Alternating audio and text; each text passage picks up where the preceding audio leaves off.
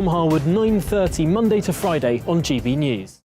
Where would you like to go? Just take me to the studio, please, Matt. You know where you're going. I've got a show to do. Friday Night Feast on GB News, 7 p.m. And it's like nothing you've ever seen before. We take a different angle on the week's biggest news stories. The viewers and listeners set me some absolutely mad challenges to do. We tried to rehome a rescue dog. And yes, there's some other wacky stuff in there as well. I feel like I could take on the world. Well, that's that. Friday Night Feast with me, Patrick Christie's, every Friday, 7 till 9 p.m. on GB News. Be there.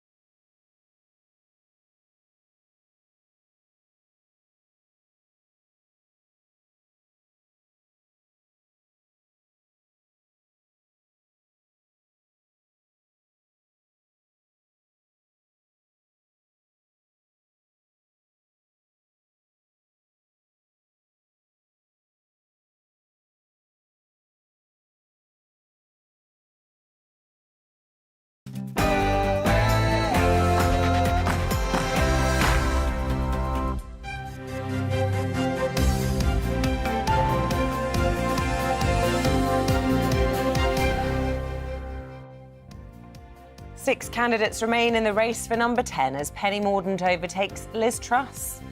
Good morning to you. It's 6 o'clock on Thursday, the 14th of July. This is Breakfast on GB News with Isabel and Stephen. Here's what's leading our news this morning. Penny Morden has surged to second place in the Tory leadership election after a ballot last night saw candidates Nadhim Zahawi and Jeremy Hunt both being knocked out of the race. So, six Conservatives now remain in the battle for number 10, ahead of the second vote today that will see the last place candidate forced out. Almost 1 in 4 families will have £326 sent directly to them from today, as the first of the government's cost of living payments is sent out. A second instalment is expected later in the year. And as the heat wave disrupts everything from travel plans to bin collections, we'll be finding ways to stop it, hopefully, from disrupting our sleep. And remember, you can join in any of our conversations here on the show. Email your thoughts to gbviews@gbnews.uk, or you can tweet us at gbnews. And don't forget to subscribe to the GB News channel on YouTube. It's totally free, and it means you'll get all the latest on the big stories that we're talking about today.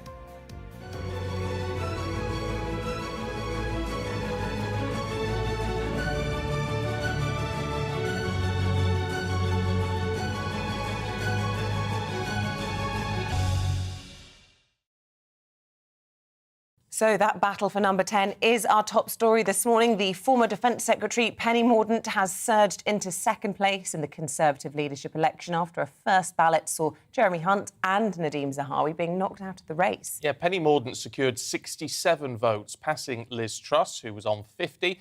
The front-runner is Rishi Sunak. He had 88 votes yesterday. Well, a second ballot will take place today and we'll see the last place candidate being knocked out of the race. And what is proving to be a very fast-paced leadership contest. Yes, isn't it just? Well, they want to get it all done and dusted pretty quickly so we can get that new leader in by September the 5th. Let's talk to Conservative political consultant and strategist Peter Barnes, who's here in the studio. Good to see you this morning. Morning. So, I mean, what do we make of all of this? Because a lot of people have been saying for a few days now that Penny Morden really was going to be the one that could give Rishi a run for his money.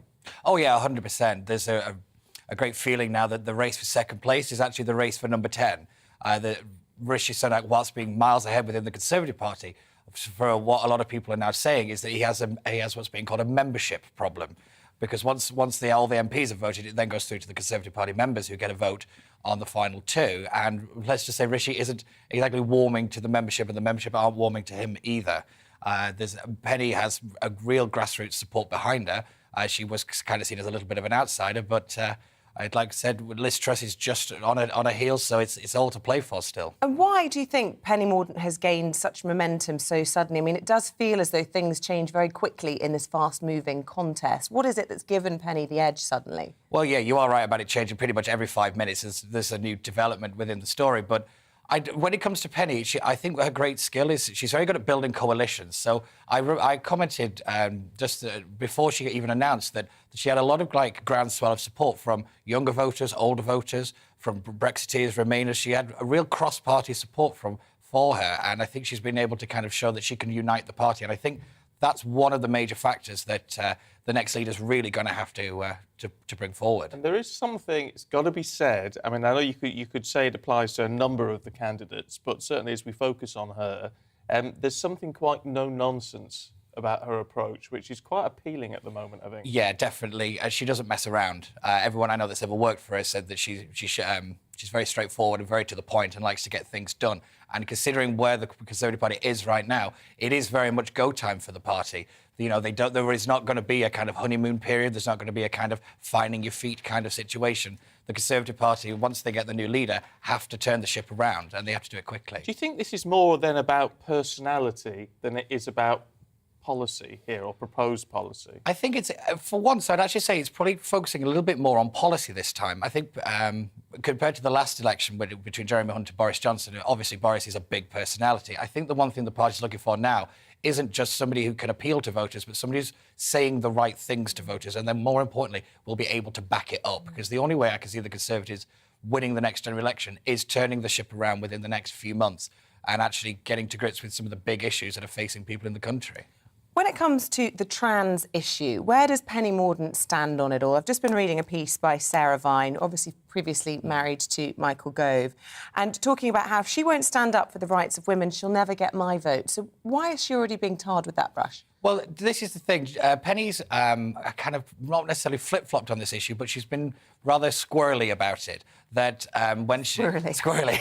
I like that. Yeah. So when she was the Women's and Equalities Minister, she was leading the kind of Gender Recognition Act, and she famously said from the dispatch box that trans women are women. And this is not necessarily where a lot of the Conservative Party stand on this issue.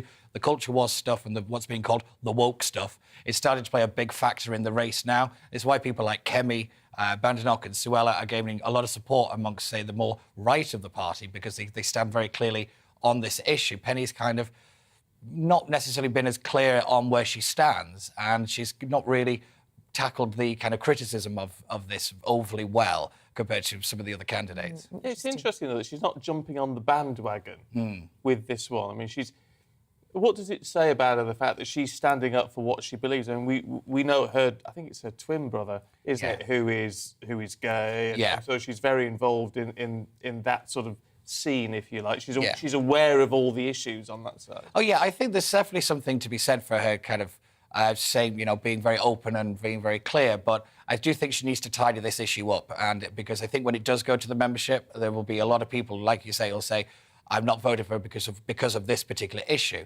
One thing I will say, though, is the more woke issues on the wider electorate, they don't really play that large kind of factor. It will be cost of living, it will be the economy. But with the Tory membership? But with the Tory membership, particularly the more right of the Tory membership, this is a big factor. Who do you think could be the next casualties that we see, perhaps, in the second round today? So I think it's either going to be either Tom Tugendhat or Suella. They were at the bottom of the list last night. But it's really going to be where their support goes, and more importantly, where the support of Jeremy Hunt and Nadeem, who got knocked out last night, where their support goes. I was hearing Jeremy Hunt had declared for Rishi Sunak, and there were some suggestions that might harm his case rather than help it. So Rishi's problem, it seems to be that he's kind of seen as more of the Remain candidate now. And whether that plays well with the kind of the much more Brexiteer base, I'm not quite sure. One thing that's becoming startlingly obvious is the disconnect between the Parliamentary Party and the membership. Where the Parliamentary Party seems to be is miles apart from what I hear from average Conservative Party members. Do you think, then, that the Parliamentary Party will listen to that? Because you only need to look at the opposition benches to see what problems it caused when the Parliamentary Party and the main body of the party were not thinking down the same line. This is a moment for the kind of the more institution of the Conservative Party to actually start to listen I think we need to, what I've been called the ghost of Christmas past, John Major and people like that need to start to shuffle off the stage a little bit and start to realise that where the Conservative Party membership actually is and start listening to, because like you said, if they don't, you're on track for an internal civil war, and that's the last thing the Conservative Party can have right now. OK, well, thank you. Stay where you are. We're going to bring in a GB News viewer and perhaps come back to you for some thoughts about all of that. Ardington in Oxfordshire is where we're heading, and we can speak to John Cotton, who joins us this morning. Good morning to you, John. Who's got your support? Good morning. Good morning. Thank you for having me on. Beautiful sunny morning here. Indeed. And so who are you supporting then in the contest? Well, I'm just horrified by what I just heard about the Parliamentary Party being out of touch with the membership, because it's just like Brexit all over again. They're completely out of touch with what people want. I know so little in detail about the candidates, except that Sunak's just, he's a very good socialist, isn't he? He should be for the other side. And he's taking money out of my pocket by charging me a fortune in tax on fuel, which should really be frozen at the level of tax it was when it was about 35p. And then he's throwing money at me. So why does he take my money and then throw it back at me, and the costs that must be involved there, that's pure socialism. So he's out for a start. Well, yeah, I mean, it's interesting. He's going to make the last two, though, isn't he? I mean, that seems pretty certain at the moment. So who out of all the others, who do you fancy standing against him? Well, unfortunately, you're right. But rather than say who I fancy, I mean, one thing that's left out, Penny Morden said yesterday at the end of her speech something about defence. Defence is number one, because without defence and without sorting out Russia and China, nothing else is going to happen. If Ukraine explodes, we'll be in so much trouble. It's no point talking about anything else. So I admire Ben Wallace, that he remained as Defence Secretary, which is the most important job at the moment. And, I can see that with the electorate, defence maybe isn't very important, but it's the number one responsibility of government, and it never gets mentioned. But then we've got to have someone who's totally behind Brexit and pushes that forward, so we get all the advantages we should get for Brexit. Ah, dear, and then we get immigration, where someone's just got to sort it out, whatever it takes, whether it takes a ship offshore to put the immigrants into, I don't know, but it needs someone who actually can handle that as our own country, not being controlled by Europe and told what to do by outside. The candidates got to state that we're going to have our own power in future, even if that means going back to coal. Coal can be burnt very cleanly now. It doesn't harm the atmosphere anymore. And fracking obviously has to start, but they don't talk about that very much. And as for woke, I mean, I'm just driven mad by cancel culture and what's going in our universities and schools, and then we haven't talked about finance. No. No, I mean, but if they can answer these questions. But that is the thing. There is so much to talk about. There's so much that is important at the moment, and so many voices. I mean, I think part of the problem here is that there are so many voices like yours who generally, normally are not heard, because some of the things you've said are not popular to be aired anywhere else. How important is it that you do feel that your voice is heard in all of this? Well, I'm very pleased that you've had me on, because I've sent emails, I write to my MP all the time. He does reply, my local MP, but he's completely out of touch.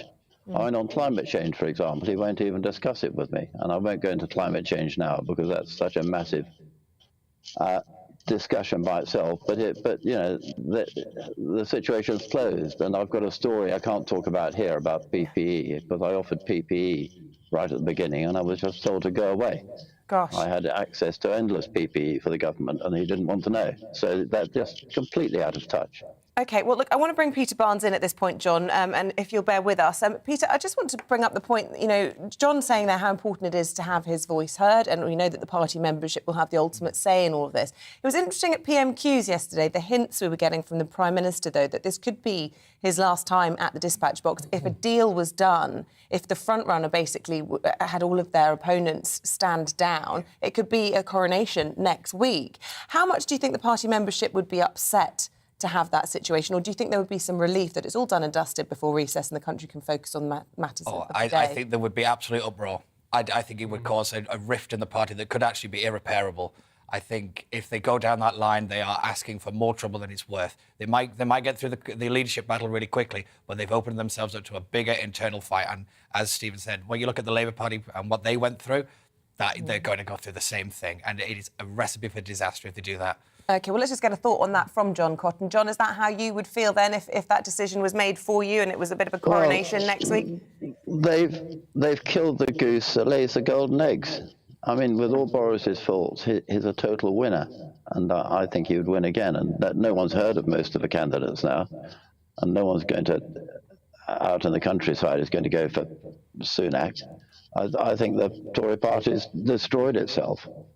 And the trouble is, there's no one else out there. We've got to bring on Richard Tice and his Reform Party. And the dream scenario, actually, which I've seen rumours of, which I don't believe, is that Boris would default to join Richard Tice, and Farage will join them as well, and we'll have a Reform Party that really goes somewhere. That would be fun, wouldn't it? I can't see Farage and Boris Johnson working together. I'll tell you what, John, no, it'd be a nightmare. It'd be a nightmare, John. It would be a nightmare. Only because it would give you some business. It would keep you in business for a while. Well, it would. It would. We'd never get any sleep, John. Total nightmare for us, but interesting nonetheless. Really good to talk to you this morning. Thank you very much indeed. Thank you to you and to you, Peter Barnes. Thank you very much for your insight. It does a quiet one in the corner. Thanks very much. Now, 1 in 4 families will have £326 sent directly to them today as part of the government's cost of living payment scheme. Second instalment of £324 is expected later in the year to help people suffering in the face of rising costs. But as our South West of England reporter Jeff Moody tells us now, there is still some confusion as to when it comes to who actually is going to get this payment. Natalie and Alex came over from Ukraine back in May. For them, food banks are the difference between feeding their family and going hungry. We have 3 children, and for us it's a very great support to get some food because children are eating a lot, especially corns and milk and some vegetables. Chocolate, yeah. And because we haven't found any job here, we are looking for it. It's a very great support to us. Support too for 135 families across the New Forest. Before the pandemic, the New Forest Basics Bank was catering for just 25. You hope that our economy generally will improve and that will help us. But at the moment, people are being hit from all different directions, and that's making life very difficult for them. But help is on hand. The government is forking out £37 billion to help the hardest hit by the cost of living crisis. 8 million families could be waking up to a payment of £326 today, straight into their bank accounts, with the same again planned for the autumn. That's 1 in every 4 households. But there's a catch. The government wants to stagger the payment over several weeks so that the system can cope. So some households will have to wait till the end of the month before the payment drops. Other families won't get the payments at all. To receive the payment, households will need to have been claiming universal credit between the end of April and the end of May. If you've been earning during this time, your payments will go down. So too if you haven't received tax credits. And for pensioners, you will receive £300 if you qualify for winter fuel payments. It's a welcome boost for many, but Oliver Stanley from the Food Bank thinks there's no quick fix. I'd love this place to be full of dust and mice, and there'd be no use for it. Do you foresee that happening? No, I don't. I don't foresee that happening in the near future. For many, the near future is all they can hope for, and they're grateful. And thank you, Boris Johnson. Yeah. Thoughts of long term are a luxury few can afford. Jam today, but jam tomorrow is another matter. Jeff Moody, GB News. It's 6:17. Let's bring you up to date with some of the other headlines this morning. And the Metropolitan Police have opened an investigation into Sir Mo Farah's revelations that he was trafficked into the UK when he was 9 years old. The four-time Olympic champion says he was brought in on a passport with somebody else's name and forced to work as a domestic servant. Record-breaking numbers of poorer students have applied to university this year. Figures from UCAS show that the application rate for disadvantaged students has increased by 10% since 2013, with over 38,000 applicants being from poorer areas this year. Rail workers will stage another walkout in less than a fortnight. Rail operators and Network Rail workers have voted to walk out on July the 27th in an ongoing dispute over pay, jobs and conditions.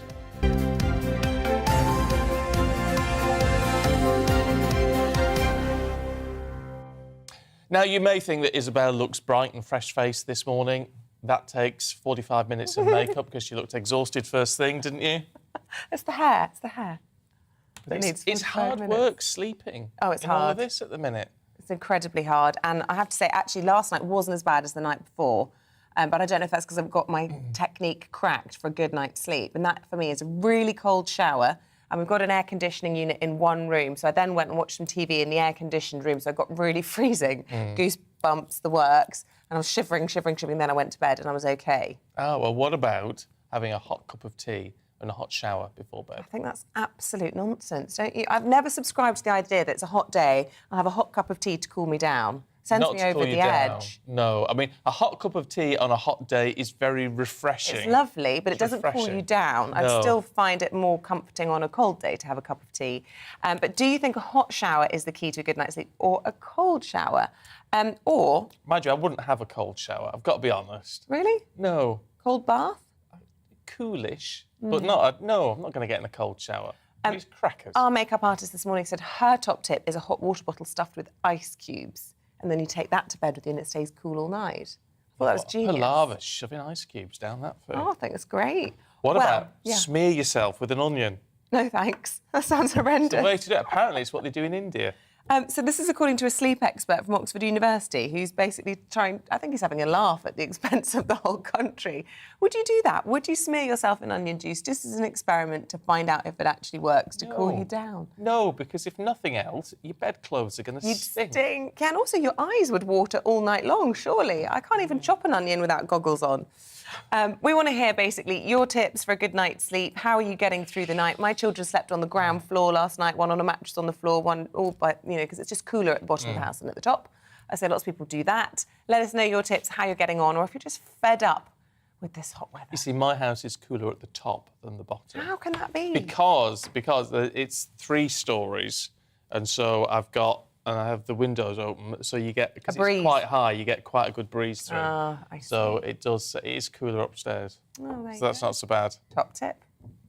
Buy a taller house. Yes, exactly. Get a good wind machine But or a I've got, fan. I have a fan either side of the bed.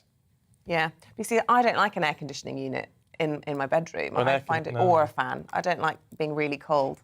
Well, air conditioning very units are quite difficult. loud. Plus, they're expensive. Yeah.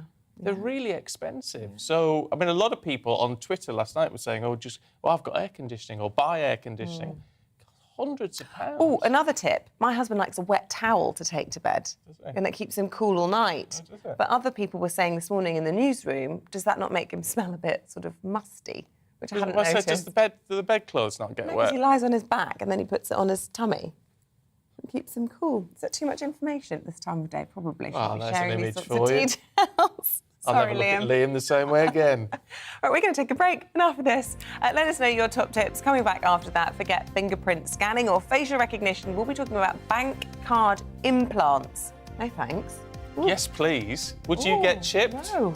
Talking about it after the weather.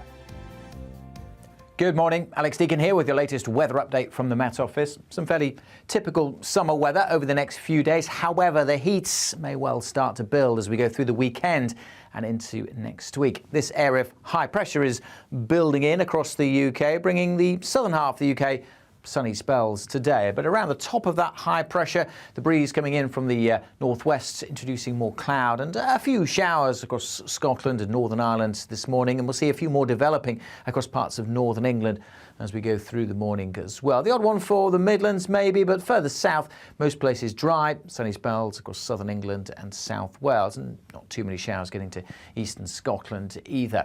Temperature-wise, well, quite a north-south split. We're only in the high teens across the north. Further south, mid-20s, maybe 28 or 29 across the south. Not as hot as recent days, but still pretty warm. Through this evening, those showers will continue for a time over northeast England and northern Scotland, but they should tend to fade, most places becoming dry until another area of cloud starts to tip in from the northwest, turning things cloudy for Northern Ireland and western Scotland as we start Friday. It should be a reasonably comfortable night for sleeping. Temperatures may stay in the low teens, but not as humid as nights earlier in the week. The nights and the days are going to get warmer, though, as we head into the weekend. Friday, again, set fair by and large across the south. Sunny spells to come tomorrow across East Anglia, southern England and the Midlands. But clouds spilling in again across northern England, Scotland, Northern Ireland, with a little bit of showery rain here and there. The far north of Scotland may actually be largely dry through Friday afternoon. Again, on the cool side here, just 15 or 16, whereas further south, temperatures again getting into the mid-20s easily in those sunny spells. But temperatures will rise again as we go through the weekend. Met Office do have the extreme heat warning in place. See the Met Office website for more details on that.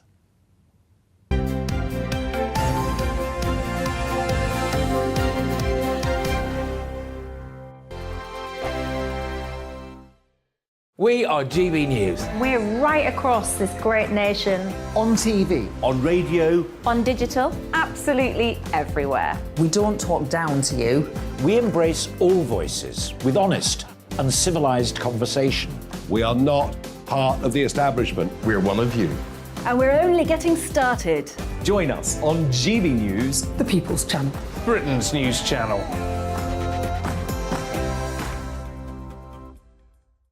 Hi there, it's Stephen and Anne. At breakfast from 6 a.m, you'll always be caught up with everything you need to know, the latest headlines, opinions and debates. We'll bring you the good news and the bad, but most of all, we're here for you. Remember, send in your views and let us know what you would like us to talk about. That's because we're your news channel. And every morning at 6 a.m, it's breakfast on GB News. My name's Tom Harwood and join me 9:30 a.m. every weekday for The Briefing, your one-stop shop for everything you need to know about what's going on in politics today. I wonder if this is a deal that might need to be like the biscuits in this factory, twice baked. Is there not an opportunity here to win out against the extremes? Tom Harwood, GB News. What are you going to do about it? Things should have been done differently, and they certainly are being done differently. Don't miss it. The Briefing with me, Tom Harwood, 9:30 Monday to Friday on GB News. Where would you like to go? Just take me to the studio, please, Matt. You know where you're going. I've got a show to do. Friday Night Feast on GB News, 7 p.m. And it's like nothing you've ever seen before. We take a different angle on the week's biggest news stories. The viewers and listeners set me some absolutely mad challenges to do. We're trying to rehome a rescue dog. And yes, there's some other wacky stuff in there as well. I feel like I could take on the world. Well, that's that. Friday Night Feast with me, Patrick Christie's, every Friday, 7 till 9 p.m. on GB News. Be there.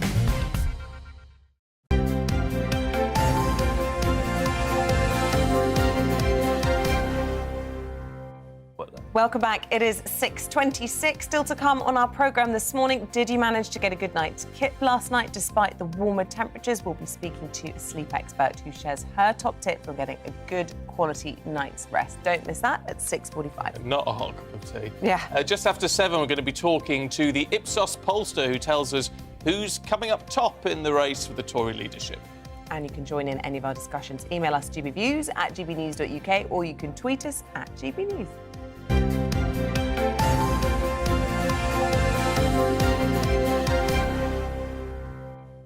Now, modern technology is a wonderful thing, and of course we get used to using voice recognition for lots of things, including, in some cases, banking, fingerprint scanning for mobile phones, face scanning for your mobile phones, of course. How would you feel about having a chip inserted into your body? No, thank you. I'm not a dog or a cat.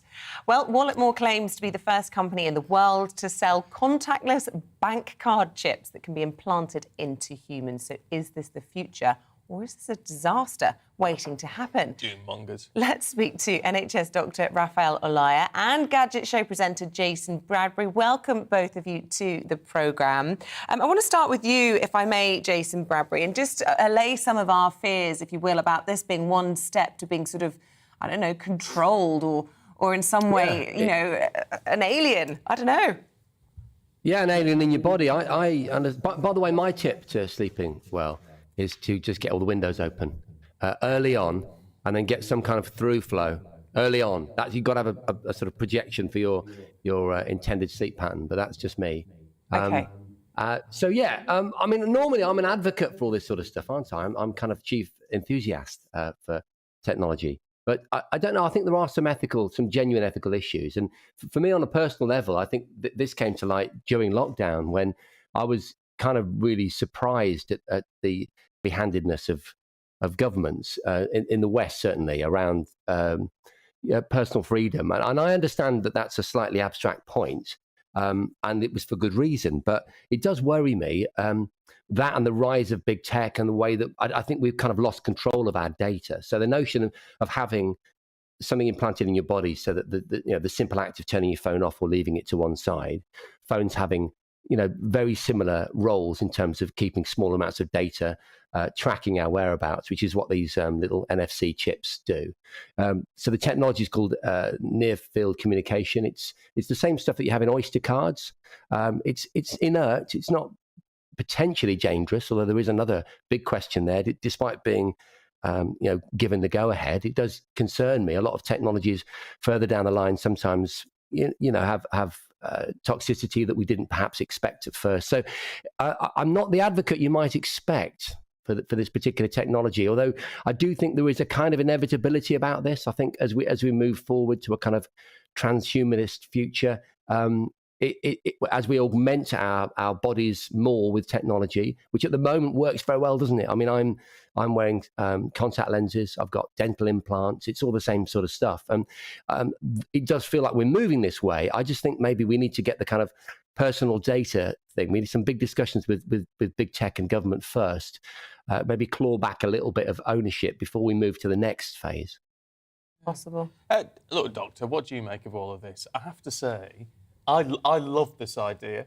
I'm all for it, but then I'm someone who's used to having implants. I've got a glucose monitor in this arm. I've got an insulin pump on this arm, transmitting data to my doctors and specialists all constantly. So I'm used to this sort of information, technology being there and the information being shared. So why would this be a problem, or would it? I think it's very different integrally because this is for financial reasons, for you to pay for things, and that's inherently connected to your financial level. And for you, that might be okay, but for a lot of people, that's connected to their credit. And on top of that, it's also going to be connected to their social status as well. So I think if this is allowed to be got out of control, that's going to lead to some circumstances that are going to be disadvantageous for some people. But why would it get out of control? Because presumably, if you've got something in your hand, you're still going to have to put a pin in or a fingerprint or something. So it's going to be secure in that sense. No, you wouldn't. No. So near field communication, it's so you don't have to type in anything. Well, no, but that's like contactless now, where you can use it up to a certain limit. But then if I want to pay something with my phone over £100, I've got to put a number in. That's a good point, and that's a safety precaution. And I think more safety precautions are going to need to be needed. For example, if someone's close to you and they've got a reader or some type of technology that can use NFC, you have to use a glove. You're going to have to use a glove, and that's something that's not been talked about. There's phone cases, I've got one, that cover up your phone card, your phone and your bank card to make sure that there's no interaction between someone trying to get your details. So I think there's more implications that have not been thought about from the practical perspective. Another aspect also is fraudsters. There's lots of very clever people that are trying very hard every single day, making business plans to try to interact and take advantage of this technology. And these people have been going around big tech for decades and being very successful. And a lot of people have become rich off that, and they're going to be trying very hard. So I think the consumer needs to do their research, be well equipped with the knowledge, and take precautions. But using transhumanism for health is a very different topic altogether, and that's something which I'm 100% I'm supporting that completely. Continuous glucose monitoring, wearables, and I think that is a big step into allowing people to achieve their optimized health, quality of life, and well-being, which of course is a massive problem right now. We have, worsening depression, obesity, and chronic disease. And I think wearables and transhumanism is going to be a big part of the solution.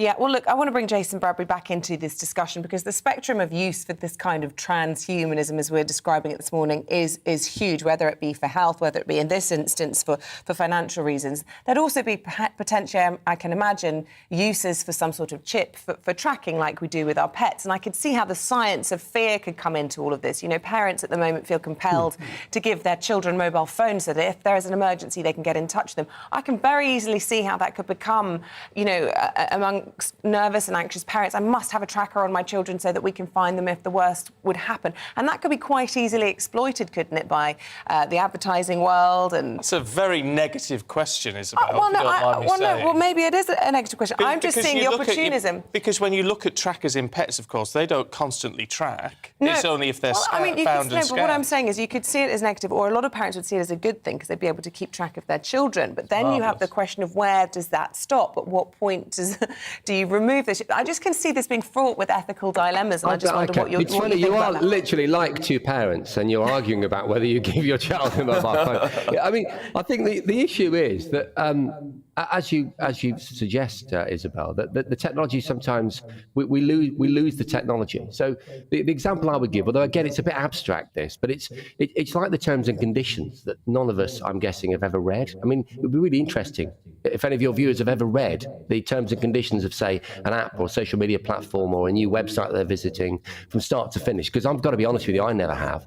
And they're written, we know that they're written in order for that process to take place, to make it impenetrable so that we agree to certain, sign-ups that perhaps on reflection we wouldn't do. And this is the sort of dark area, the kind of grey area, rather. I don't think it's nefarious as such. I just think it's business that can lead to this kind of technology being misused. And RFID, as you said, it is a tracking technology. It's part of a suite of ways that we can track objects in the Internet of Things, for example. I don't want to start going Star Trek about this. RFID has a very small range. It's a very localized technology, so it's where contactless comes from. So you do need proximity to whatever object you're trying to interface with.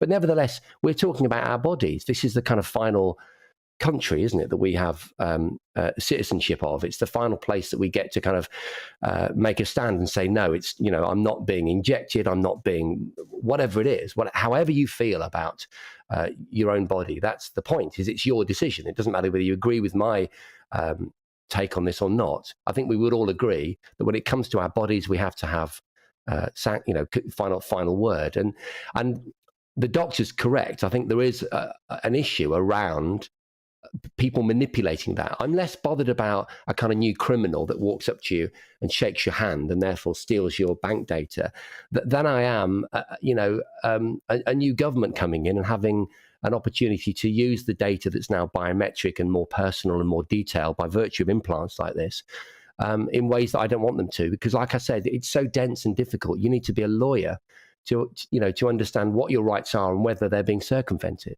You know, I think the age of globalization and the age of data is what we're currently in, and we can't really sidestep our data being used, whether by governments or organizations that have the power, the money, and access to that. They're going to use it. However, the steps that are taken to provide security for us, it's going to take a while for them to be in place. So I think we don't want to move too fast as consumers, number one.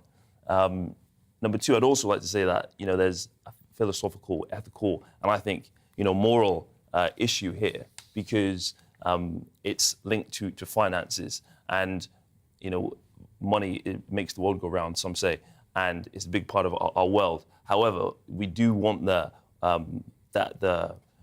ability to take ourselves away from this consumerism culture, which causes so many problems. Of course, it's very important, but we want to be able to go to nature and take a walk and say, oh, no, I'm not part of that anymore, and take time out. So if this is implanted in our hands, maybe we won't be able to do this because we'll be... Because it's there.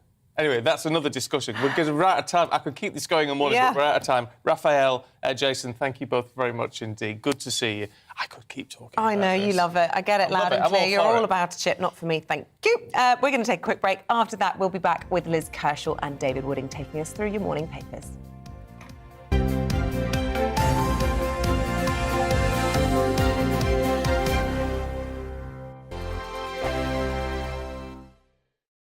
We are GB News. We're right across this great nation. On TV. On radio. On digital. Absolutely everywhere. We don't talk down to you. We embrace all voices with honest and civilised conversation. We are not part of the establishment. We're one of you. And we're only getting started. Join us on GB News, The People's Channel. Britain's news channel.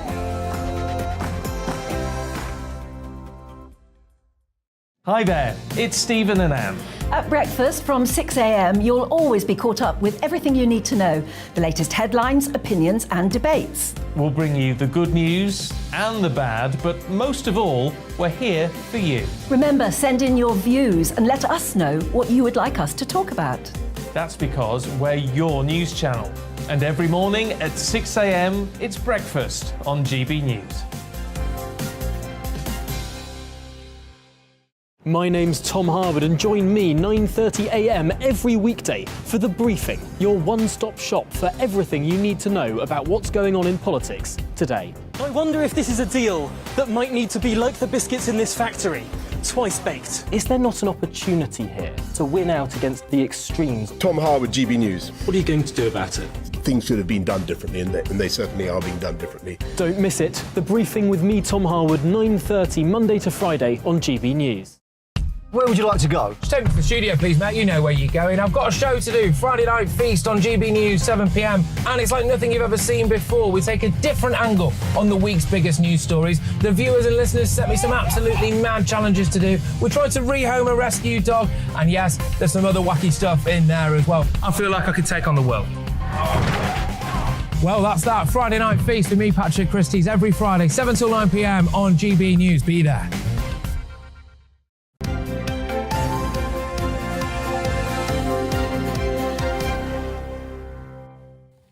Time for the papers this morning with Liz Kershaw and David Wooding. Morning, you two.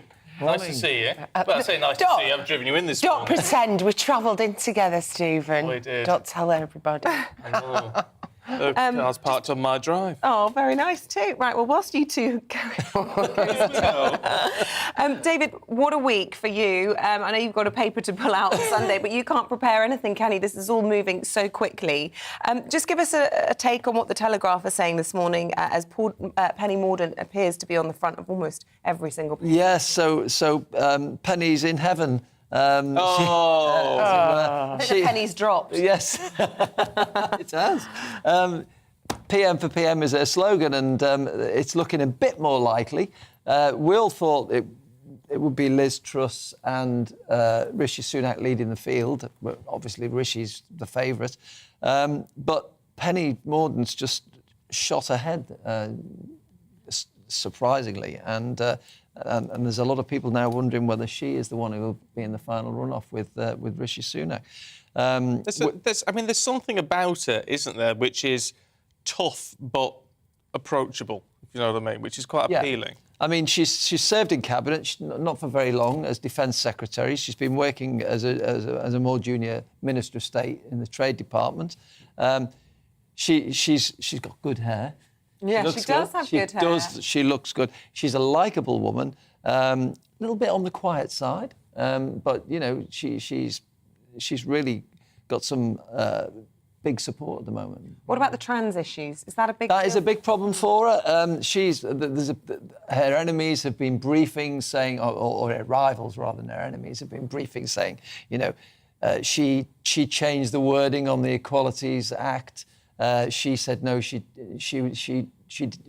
They're saying she didn't actually change it to make it less woke, and they're saying no, she put the woke bit in the first place. So there's a bit of a dispute going on about where she stands there, but that might be a problem for her when she gets before the membership, because they don't like woke things. I don't know, we're all bleating on about the trans issue. Yeah. So one time, it's like the smallest part of what matters. She mentioned it in her opening statement yesterday, saying every leader needs a willy. Yes. And I don't have one. What was it? The Margaret Thatcher reference? And that was, of course, the Willy Whitelaw. Willy Whitelaw, yes. But of course, you know, when it comes down to it, you're right, Stephen, it's not the biggest issue. The economy and tax are more important issues.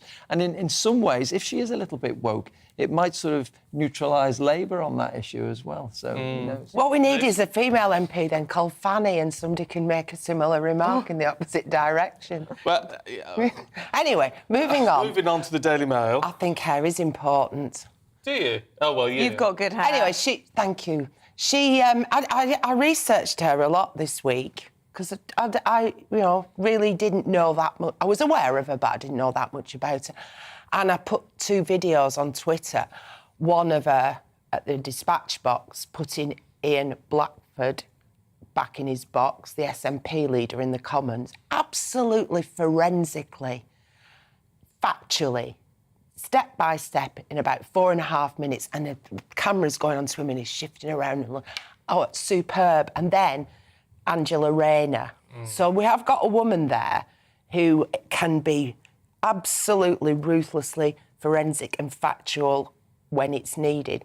And also, as we saw in her hustings speech on Thursday morning, she was the last one to do it. Such a natural orator, a great speaker. So, yeah, I've got a lot of time for it. And wouldn't it be lovely? We've had one blonde bombshell as representing this country on the world stage, so we could have another one. But there's so many fascinating facts about these people that I've discovered this week. So she's presenting herself, and it's what initially attracted me to take an interest in her. As a working-class girl, comprehensive school, didn't go to university straight away because she was caring for her siblings after her mum died, went into the forces, etc. But she is related through her mother's side to Angela Lansbury, the famous actress, Murder, She Wrote. And indeed, George Lansbury, another of her relatives from a couple of generations back, was the first Chancellor of the Exchequer for the Labour Party ever in this country. So she's very well connected. I think what shows through, and we can go more into this before I bore you in the next segment, every single one of these people is well connected, the 8, as it was yesterday, or from a financially privileged background. I've done my research and I'm not buying into these stories. And what I'd like to say is, yes, the lineup was very diverse in terms of race. It's not diverse socially. And there's certainly not one single northerner in there, or anybody from Wales or Scotland. In fact, all the constituencies are confined to one corner, 1/4 of the UK, and that not one of them was born north of Birmingham. And the 6 out of 8 went to Oxford or Cambridge. So diverse, no. And if they want to win the Red Wall, again, I think the Tories are being a bit tone deaf, because to present this as this is a pact that's going to appeal to somebody who's suffering at the moment, and we'll go on to this later today. If you're living in the northwest or northeast, the cost of living crisis is hitting you harder than the rest of the country. So you've got to appeal to people who lent you their votes at the 2019... But the issue with this is it's not like these have been selected, is it? These are people who've put themselves forward, and no one from those constituencies or that Nobody's had a say in it. Has put themselves forward. Possibly not, but you have to ask yourself why. And also, I'm a bit dubious. You know, this is supposed to be self-selected, and then MPs, 20 and then 30 had to give them the votes. And it's amazing that the 8 finalists, it's such a great spread. 4 male, 4 female, 4 white, 4 non-white, 2 white female, 2 non-white female, 2 white male, 2 non-white. It's as though quotas... No. Oh, I'm just being sceptical. Yeah. Because I am cynical. Take the task a little bit on the north-south thing. Now, Rishi Sunak is from Yorkshire. No, he's not. He's a Yorkshire MP. He's born in Southampton, educated in the south, and he happens to have Richmond, which is the poshest seat in Yorkshire. Liz Truss was brought up in Yorkshire. No, she was born in Oxford, Scotland, and she went to high school in Leeds. She's in a forces family, but she's got northern... No, he was a professor of maths at Leeds Cambridge University. Anyway, I'm just making the point that there was a bit of northernness in there. Yeah, she went to school in Leeds for 4 years. No, she used to have a Scottish accent. You talk to Liz. And she was a Liberal Democrat. A Scottish accent because she had one as a kid. She had a really broad Scottish accent. Then she went to Yorkshire and developed a Yorkshire accent. And now I spent more time in Leeds than Liz Truss. With the university and working there, round day. Meanwhile, in the Times, looking at Kemi Badenoch, and they're saying from fringe to favourite, David. I have to say, she's proving to be very popular in some respects. I thought her launch speech was not remotely prime ministerial. No, she's relatively inexperienced. I mean, great backstory. She's born to Nigerian parents. She was actually born in the UK, spent a lot of her early life in Nigeria. And then when she applied for a UK passport, she wasn't aware that she was entitled to one because she was born in Britain. And she got it very quickly. And she said it was like the film Willy Wonka where you win the golden chocolate ticket. Yeah. And she said it was like that. And she came over here and she worked in a McDonald's burger bar flipping burgers. And she didn't even have a star on her jacket or on her hat, wherever you went. She had. And she did all this to earn some money and get herself to university. Great attitude to her, likeable woman. She's got 3 kids. And she's got an agenda there which is appealing. She didn't even know she was going to stand. She looked at all the other candidates. No, she looked at all the other candidates when she was. She was in the levelling up department with Michael Gove on working in his department, and she looked at all the other candidates and thought, I'm not sure I like any of these. And one or two of her fellow ministers said, well, why don't you have a run for it? So she went and saw Michael Gove, and he said, well, if you run for it, I'll back you. And she said, oh, went back to the other ministers. They all got behind her, and she launched a bid up from nothing. And look where she's... 40 votes she got yesterday. So, surprise. What's a heartwarming story of self-effacing humility? I don't buy any of that. No, I don't buy it. I've got to be honest, I don't buy it. And is it her, or is it Sue Ellen, who's immigrant from Asia via Kenya or Asia in Femi's case from Nigeria. One of them, their uncle was the High Commissioner to the Court of St James for the country of Mauritius. So, as I say, when you delve into I'm not knocking it. I'm aspirational, but I'm just saying, be honest with people and don't pitch yourself. Oh, I had to flip burgers in McDonald's. Yeah, I've washed up. I've done petrol pumps, but we were never poor, but it just balks with me that we're being sold these lines. And fair enough if your uncle's a High Commissioner or your great uncle was the first Chancellor of the Exchequer. They're not singing about it is because they obviously want to win over the Red Wall voters. Yeah, that's patronising. But you can't have it both No, ways. you can, but you can because that's patronising because I was from Rochdale. I am from Rochdale. My parents were very active in the Labour Party. They were aspirational for me and the rest of the family. So either give us real, genuine Northerners, Brummies, Mancunians, whatever, or don't pretend to be downtrodden and poor because you think that will appeal to somebody. I don't think she's actually saying she's downtrodden and poor. I just think that shows that she's worked in the real world. There's too many politicians these days who've never worked in a supermarket, never done a job that the people they represent do. And I just think that shows, listen, I've worked in a place like that. I don't like people pretending to be Northern because they've driven through Leeds. No, and don't get me wrong. I actually, Stephen, think she spoke really well. I thought she was a very natural speaker, and she's clearly fiercely bright. But I'm just saying, don't sell us. Yeah. We are so out of time, it's untrue. So we'll see you two a little bit later on. Liz and David, thank you. Let us know what you think. gbviews@gbnews.uk.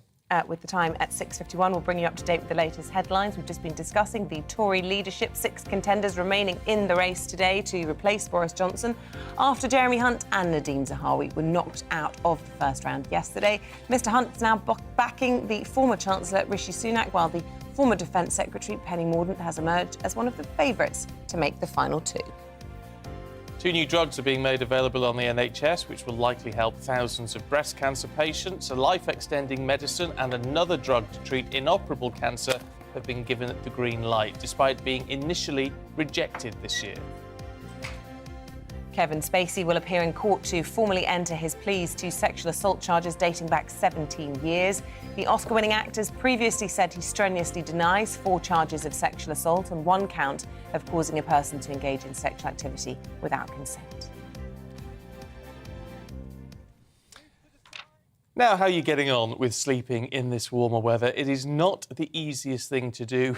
Spare a thought for those who work night shifts with then trying to sleep in the day in all of this. And it might get even worse because the overnight temperatures could stay above 20 degrees from next week and get even hotter next month. Yes, we've been having lots of discussions about hints and tricks and how to get yourself through these hot nights. Let's speak now to author and sleep expert Dr. Narina Ramlakhan to see her views on whether or not any of these tips and tricks actually work.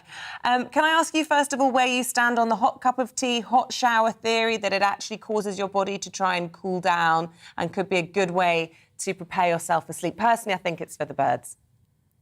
Well, the thing about sleep is that we all have a unique relationship with sleep. And the important thing is to work out what works for you. Personally, that just wouldn't work for me.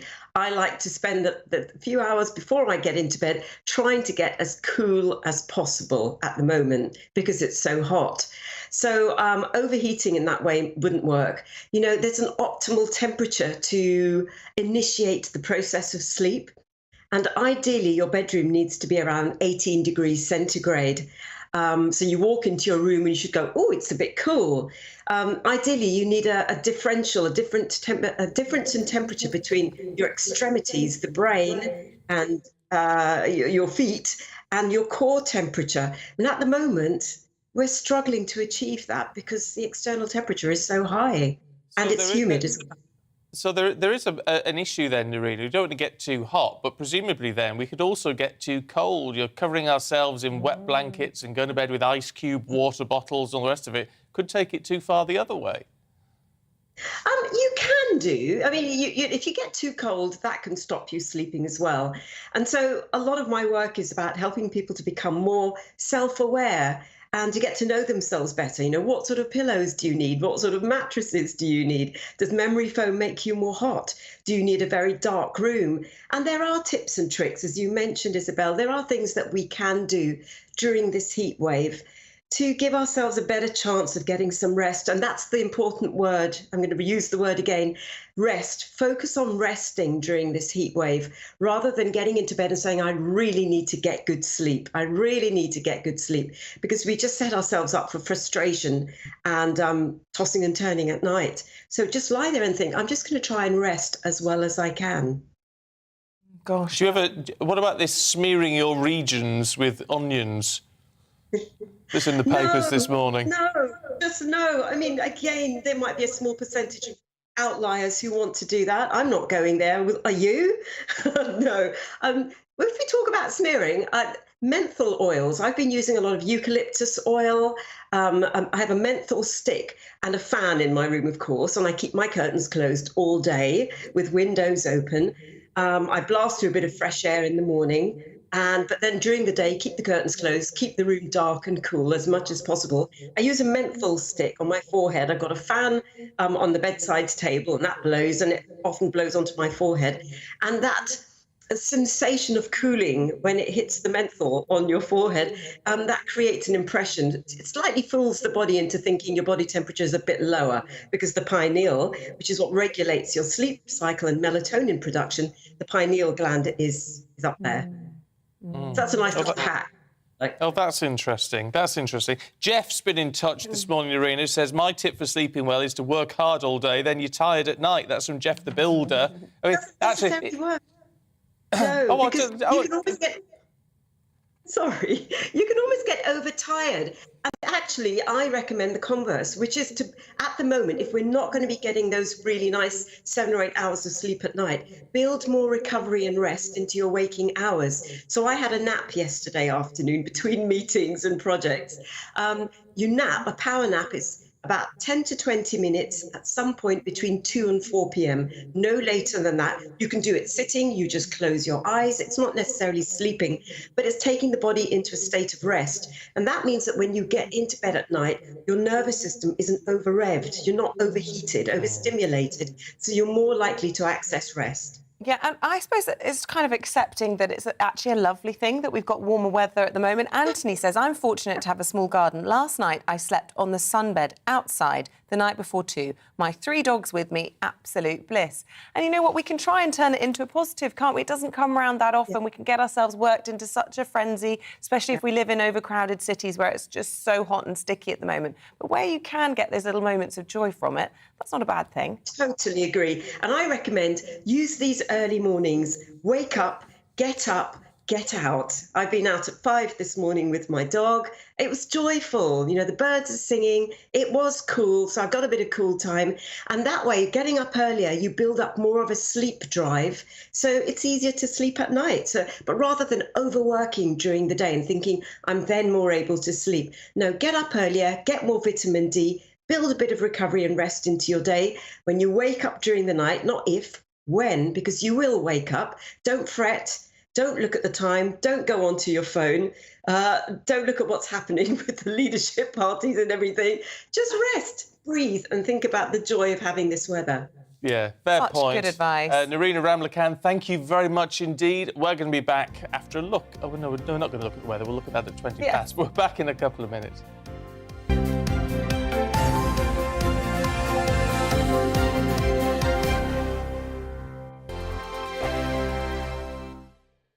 We are GB News. We're right across this great nation. On TV. On radio. On digital. Absolutely everywhere. We don't talk down to you.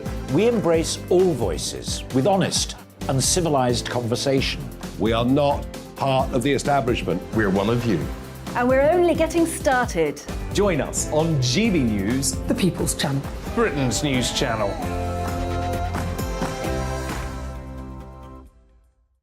Hi there, it's Stephen and Anne. At breakfast from 6 a.m, you'll always be caught up with everything you need to know, the latest headlines, opinions and debates. We'll bring you the good news and the bad, but most of all, we're here for you. Remember, send in your views and let us know what you would like us to talk about. That's because we're your news channel. And every morning at 6 a.m, it's breakfast on GB News. My name's Tom Harwood and join me 9:30 a.m. every weekday for The Briefing, your one-stop shop for everything you need to know about what's going on in politics today. I wonder if this is a deal that might need to be like the biscuits in this factory, twice baked. Is there not an opportunity here to win out against the extremes? Tom Harwood, GB News. What are you going to do about it? Things should have been done differently, and they certainly are being done differently. Don't miss it. The Briefing with me, Tom Harwood, 9:30 Monday to Friday on GB News. Where would you like to go? Just take me to the studio, please, Matt. You know where you're going. I've got a show to do. Friday Night Feast on GB News, 7 p.m. And it's like nothing you've ever seen before. We take a different angle on the week's biggest news stories. The viewers and listeners set me some absolutely mad challenges to do. We tried to rehome a rescue dog. And yes, there's some other wacky stuff in there as well. I feel like I could take on the world. Well, that's that. Friday Night Feast with me, Patrick Christie's, every Friday, 7 till 9 p.m. on GB News. Be there.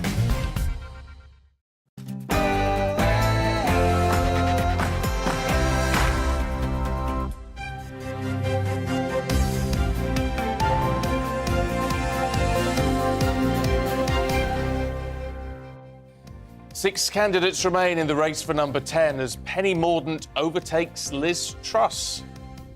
Good morning. It's just after 7 o'clock. It's Thursday, the 14th of July, and you're watching and listening to Breakfast on GB News with Isabel and Stephen. These are the headlines for you this morning. Penny Morden has surged to second place in the Tory leadership election after a ballot last night saw candidates Nadhim Zahawi and Jeremy Hunt knocked out of the race.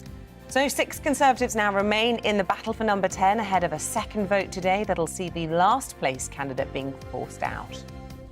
Almost 1 in 4 families will have £326 sent to them from today as the first of the government's cost of living payments is sent out. There'll be a second instalment later this year.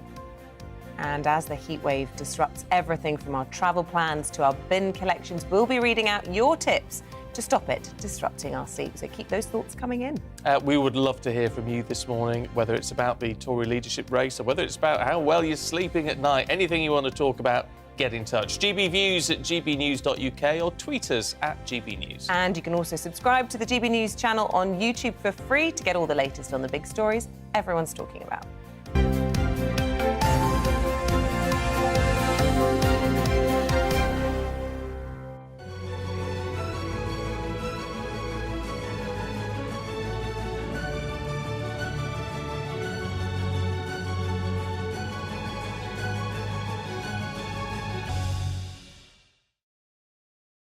So those are the last 6 in the race to become effectively the new Prime Minister. And the former Defence Secretary, Penny Morden, has surged into second place in that Conservative leadership election after the first ballot saw Jeremy Hunt and Nadhim Zahawi knocked out of the race. So Penny Morden secured 67 votes. She passed Liz Truss, who received 50, and the frontrunner, Rishi Sunak, is currently leading the pack with 88. Now, there'll be a second ballot today, so the last place candidate will be knocked out of the race.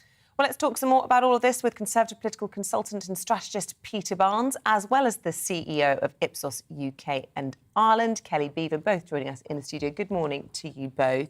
To you first of all, Peter, then, look, lots of focus on Penny Morden, I suppose because she surprised everybody yesterday with that YouGov poll coming in streets, a country mile ahead of everybody. At the moment, coming in second with the Parliamentary Conservative Party and on the front of every single national newspaper today. So she's sort of the dark horse of the contest. Oh, 100%. But one thing that's really important in these contests now at this point is the momentum.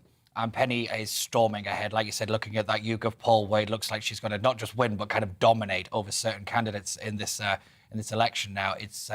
It's basically, in my opinion, I think it's hers to lose at this point. I think she'll end up being in the final 2 with Rishi, and I do believe that Rishi will struggle with the membership, and Penny will probably come out victorious through all of this. It's interesting, though, Kelly, when you look at the research you've done, of how much we know about these particular candidates. That's right, actually. So the public are watching this debate with interest, and their level of awareness about each of the candidates is really quite telling. Rishi Sunak, 6 in 10 say that they know who he is fairly or very well. But beneath the surface of him, you have people, including both Truss herself and Mordaunt, who have substantively lower. So Mordaunt is only 1 in 5 people say they know who she is. And when we test the public truly, and we do test them in our survey, and we give them the name of a candidate who's not an actual candidate, so we put in a fictional candidate, you really understand the level of overclaim you see in the awareness ratings as well. So we give a candidate... I shouldn't tell them because we do this every time we have a leadership election. It's the same person, the MP, Stuart Lewis. And we find that 12% of the British public believe that they know him fairly or very well. And that's important because you can pretty much take 12% off every single one of those awareness ratings. Right. Oh, that's interesting, isn't it? But in a sense, to be expected that, I mean, when you have people like Kemi Badenoch, Tom Tugendhat, Penny Morden, and then they're not names that have been in the public arena a great deal, not compared to Rishi Sunak. That's right, not yet. And I think what we will see over the coming days is that both the public awareness of Penny Morden will start to rise, but also the level of scrutiny about her background, her experience, etc. Because, yes, amongst MPs, the vote for her went quite well last night, but also when it eventually does get to the membership, some of the membership level polls coming out show her coming out very strongly indeed. She will start to see awareness and scrutiny rise. OK, so this was an Ipsos poll then, Peter, of the general public. Obviously, this is going to be decided ultimately by the membership, unless, as the Prime Minister was hinting yesterday, there is some sort of coronation within the Parliamentary Party, which could happen. But you were saying earlier it could ruffle a lot of feathers. So if it comes down to the membership, then. And you were saying it's Penny Mordaunt's really to lose. You could argue Liz Truss is to lose as well. I mean, everybody saw her as the ultimate leader. This is one of the big things. It's now really the battle for second place really is the battle for the winner at this point. It's going to be down to where a lot of the MPs who are backing people like Kemi or backing people like Suella Braverman, where their support will end up. This is where a lot of us will now be paying a lot of attention to, particularly as I suspect Suella will probably be the next person out today, and then probably Kemi will be probably the next one to drop, or maybe Tom. This is really where the support goes, but it's also really important about who goes and at what time, and what deals are being made behind closed doors. This is where it all gets a little bit kind of House of Cards kind of BBC drama kind of times, and it's. Sometimes it's a little hard to read just given through headlines. A lot of it's kind of rumours and everything that goes on around Westminster. Yeah, I mean, it's interesting though, isn't it, Kelly? Because it in many respects, it's the nature of these things, but it's quite self-serving. And what they don't seem to be necessarily looking at here is who is going to then appeal to the general public come a general election, which we're going to see in a couple of years maximum. We are, and it really matters. There's a couple of things that they are thinking about, though, that will eventually relate into how the public relate to this particular individual who becomes Prime Minister. Of course, the characteristics that they have and whether they're seen to be the right kind of leader for this time. When Boris Johnson won the leadership campaign, what they were looking for was somebody who was really good in a crisis, a very strong leader, etc. Now, other characteristics of leadership are coming through to the fore from the general public, and you would hope ultimately in who the MPs and the Conservative Party members will think about electing as well. They want somebody with integrity.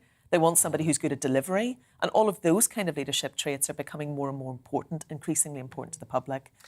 And Peter, whilst we discuss, how lots of us are going to be delving into the past of all of the candidates and trying to get to know them, we're also going to be thinking, a little bit about the kingmakers.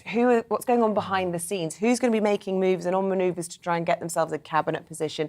Lots of talk about the role of the papers. The Daily Mail seems to be very much in support of Liz Truss at the moment, and the influences behind the scenes. What thoughts have you got on all of that? Oh, the role of kingmakers in Conservative Party leadership context is a big factor. I mean, a lot of people paid attention to where Jacob Rees-Mogg was lending in support, and it was a big win for Liz Truss when she managed to get his backing, particularly with Nadine Dorries as well. Those are two big figures that a lot of the public know and very aware of, and so it's like it was a big win for her and a bit of a blow to Penny's campaign. But there are certain other figures behind the scenes, such as Steve Baker, who's backing Suella Braverman, and the organisations like the ERG and those kind of groups within the Conservatives that have huge amounts of influence over individual MPs and where they all vote.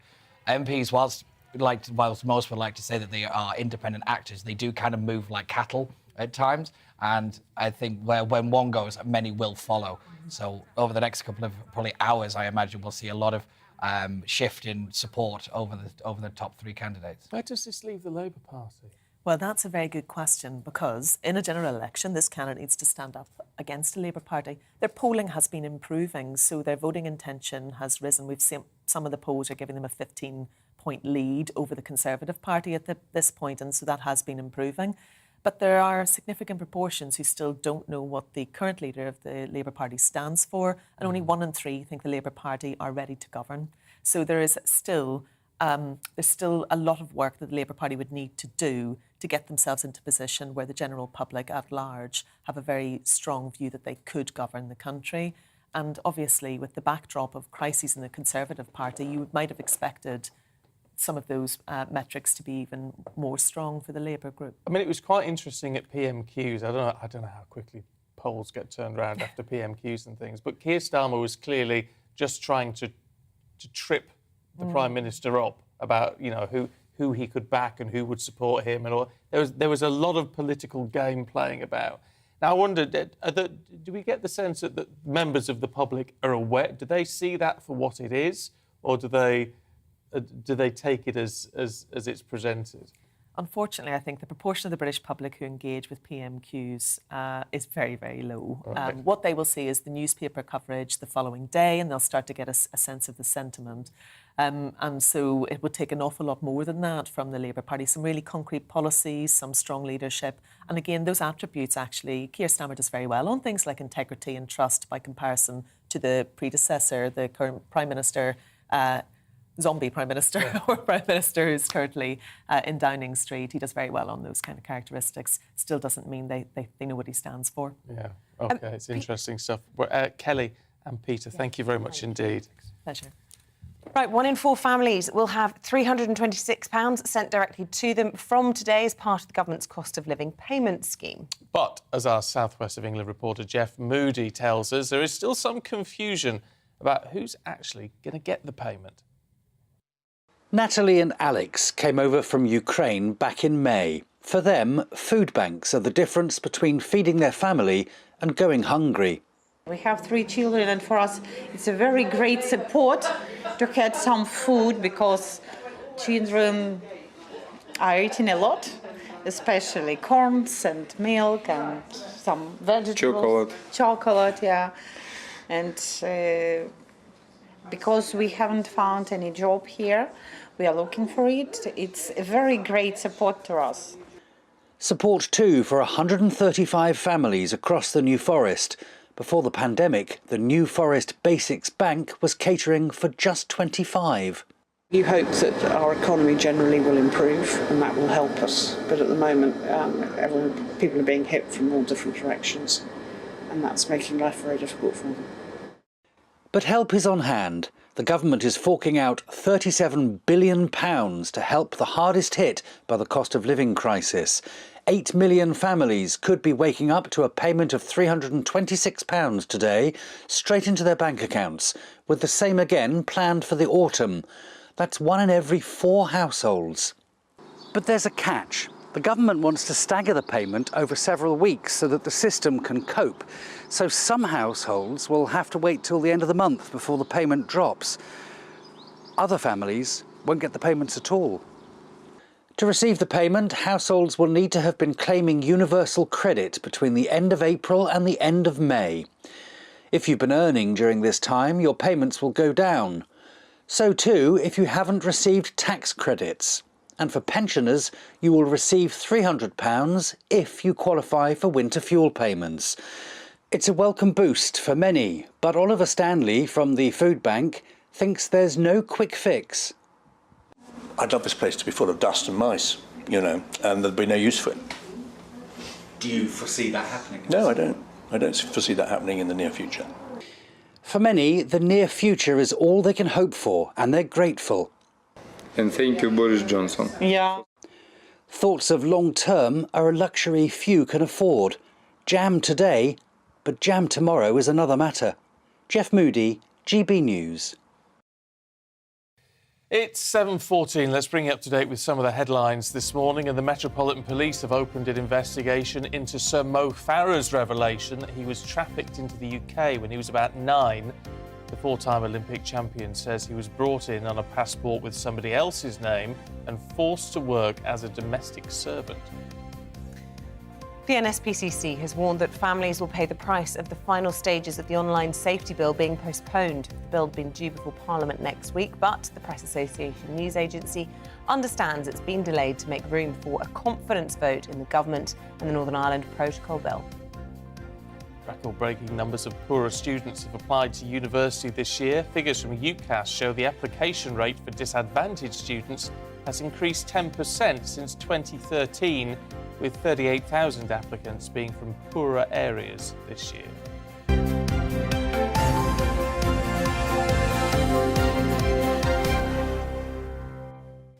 Lots more advice. Oh, go on. No, I was just going to say, it's not a huge increase, that in students from poorer areas. Is it? Think how many hundreds of thousands of students apply every year. Only 38,000, only an increase of 10% in 9 years. It's actually a lot of work not still a lot, to go. isn't it? Talking about sleep, hot topic, if you'll forgive me. This morning, Jackie says, yes, your husband's right, Isabel. A few years ago, we stayed in a camp in Botswana, unbelievably hot in the middle of the day. We were advised to take a kikoi, which is like a sarong, and soak it in water, wring it, and then lie down starkers with the wet kikoi over your body. It cools you down by evaporation. It works brilliantly, but I think a kikoi would be better than a towel. I don't know. Top tips. I've actually got a kikoi. Oh, have you? Yes. Why does that not surprise me? Got a kikoi handy. Yeah, very good. I've not got a kikoi, I have to say. Colin, I don't know, Colin. Colin says use a ceiling fan like they do in hot countries. That's a good idea. Yeah, but you've got to fit the thing. I think I'm going to do that.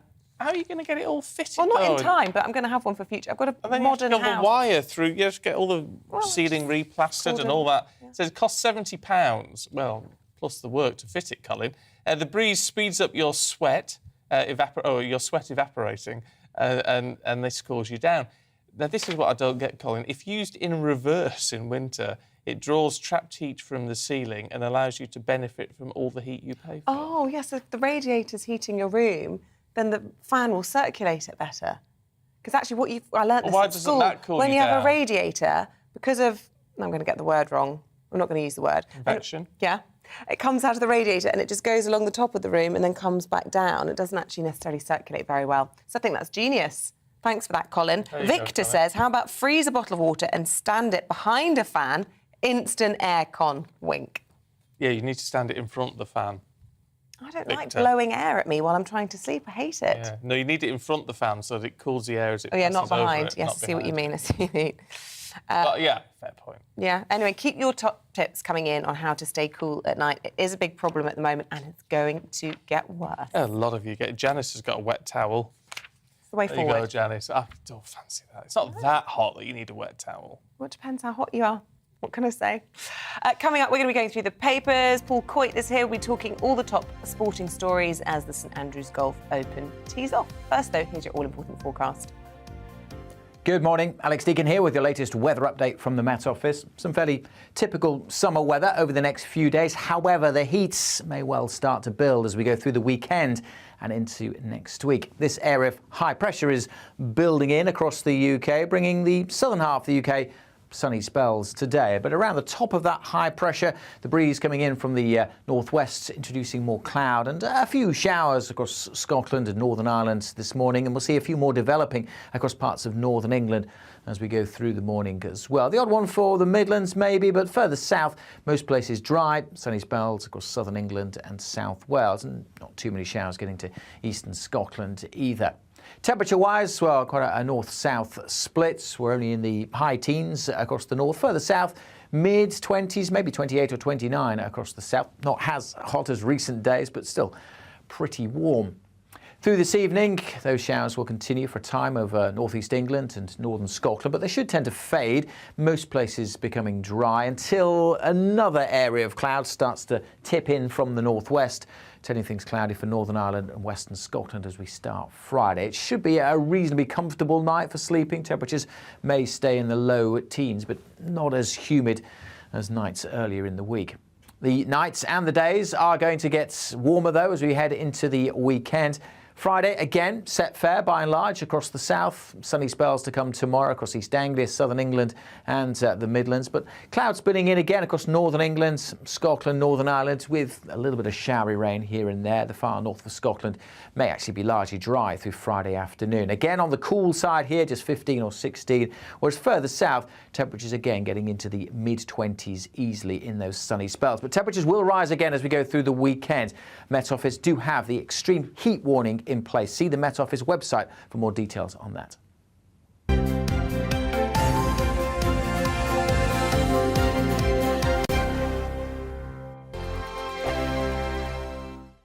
We are GB News. We're right across this great nation.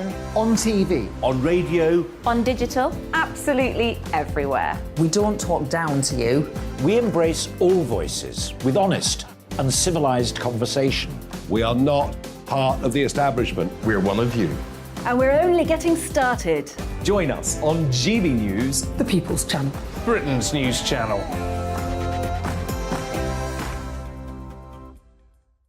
Hi there, it's Stephen and Anne. At breakfast from 6 a.m, you'll always be caught up with everything you need to know. The latest headlines, opinions and debates. We'll bring you the good news and the bad, but most of all, we're here for you. Remember, send in your views and let us know what you would like us to talk about. That's because we're your news channel. And every morning at 6 a.m, it's breakfast on GB News.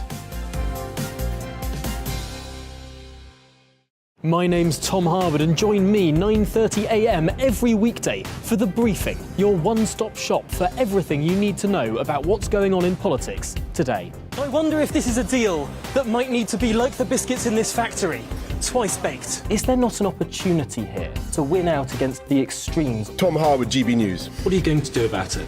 Things should have been done differently, and they certainly are being done differently. Don't miss it. The Briefing with me, Tom Harwood, 9:30 Monday to Friday on GB News. Where would you like to go? Just take me to the studio, please, Matt. You know where you're going. I've got a show to do. Friday Night Feast on GB News, 7 p.m. And it's like nothing you've ever seen before. We take a different angle on the week's biggest news stories. The viewers and listeners set me some absolutely mad challenges to do. We tried to rehome a rescue dog. And yes, there's some other wacky stuff in there as well. I feel like I could take on the world. Well, that's that. Friday Night Feast with me, Patrick Christie's, every Friday, 7 till 9 p.m. on GB News. Be there.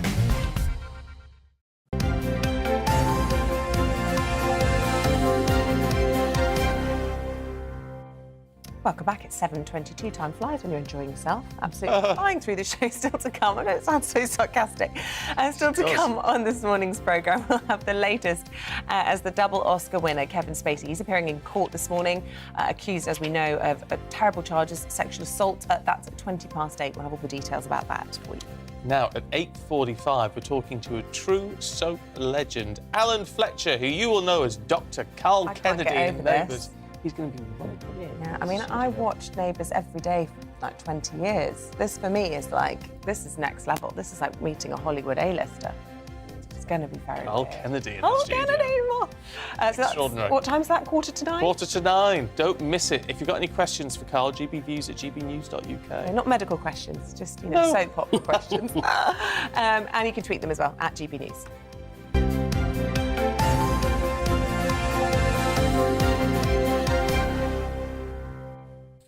Coit is here this morning with Thank the goodness, newspapers. to guide us through the sport. Yes, because tell us what's going on, Coit. Well, we have... What? It's just what you do in sport. You use people's surname, don't you? I don't know. I was a bit thrown by it. It took me back to school bullies again using myself. God, it's kind of no. I never thought you were that type. But usually it's the E always like it'd be coity. See, I never before I worked in never got that. And that's coity this, coity that. I don't mind it, but it does remind me of going back to school. But you're right. It's a sporting thing. Yeah. You've always got to put an E at the end. You have. Yeah. So what's going on? What do you like? Well, we've got plenty of transfers which are going on, and we'll get to the Open in a second. Lisandro Martinez, Ajax defender who's going to Manchester United. See, the thing is, you've got Erik ten Hag, who's the new manager of Manchester United, and it seems that everybody who is going in has either played for Ajax or had some link with Ajax or happens to be Dutch. But that seems to be the way they're going. So whether they're going to be wearing orange, I think, from the start of the next season, I don't know. Chelsea have signed Raheem Sterling for 50 million from Manchester City. That's probably one of the biggest transfer stories of the summer so far. Probably is going to work. It works well for Chelsea, works well for Raheem as well. West London boy, so that's very good. Napoli, centre-back Kalidou Koulibaly, and his name has been linked for quite a few years of moving to the Premier League, but looks like he's going to be going to Chelsea. Flies in this morning, so he's one of the finest centre-backs in the world. And Rafinha, another player who's been very good at Leeds, a winger, is going to be going to Barcelona. Arsenal were interested, other clubs interested, but Barcelona is always the dream move. That's where he's going to be. Can I chuck a bit of a question out of left field for you? Yes.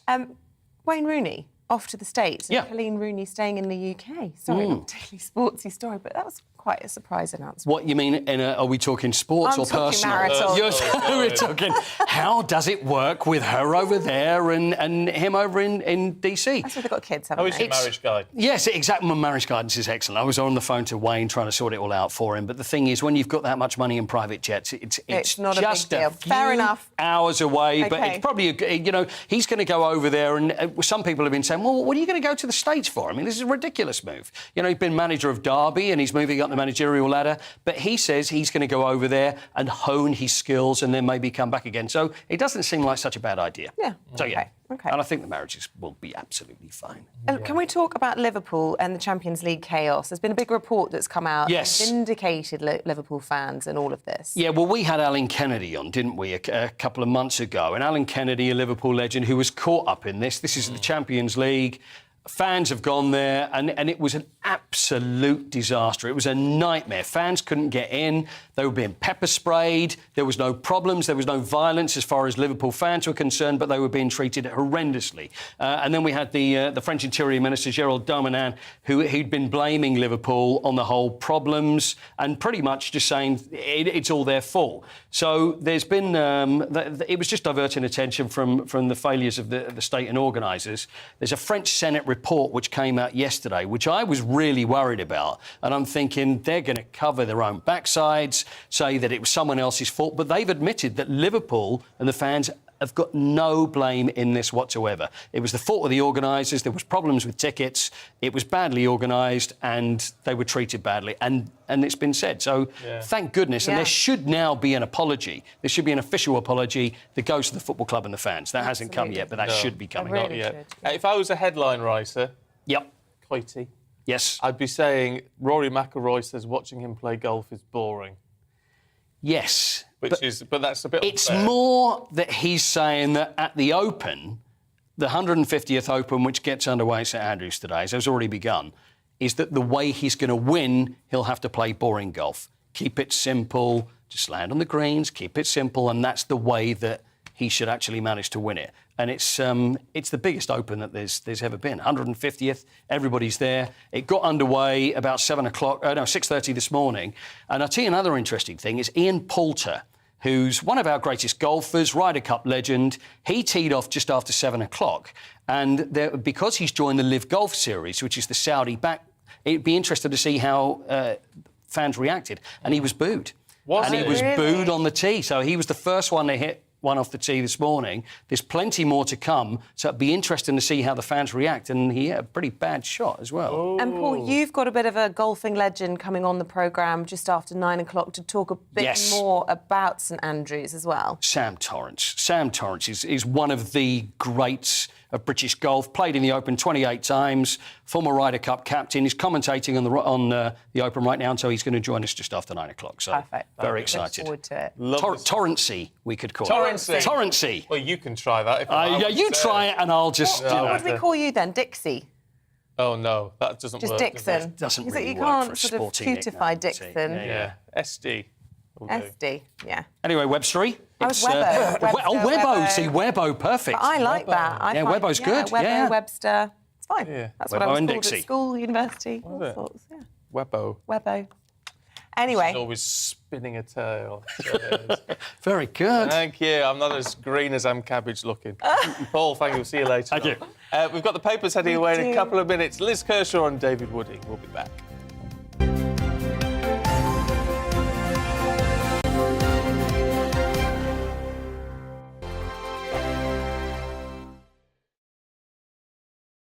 We are GB News. We're right across this great nation. On TV. On radio. On digital, absolutely everywhere. We don't talk down to you. We embrace all voices with honest and civilised conversation. We are not part of the establishment. We're one of you. And we're only getting started. Join us on GB News, The People's Channel. Britain's news channel.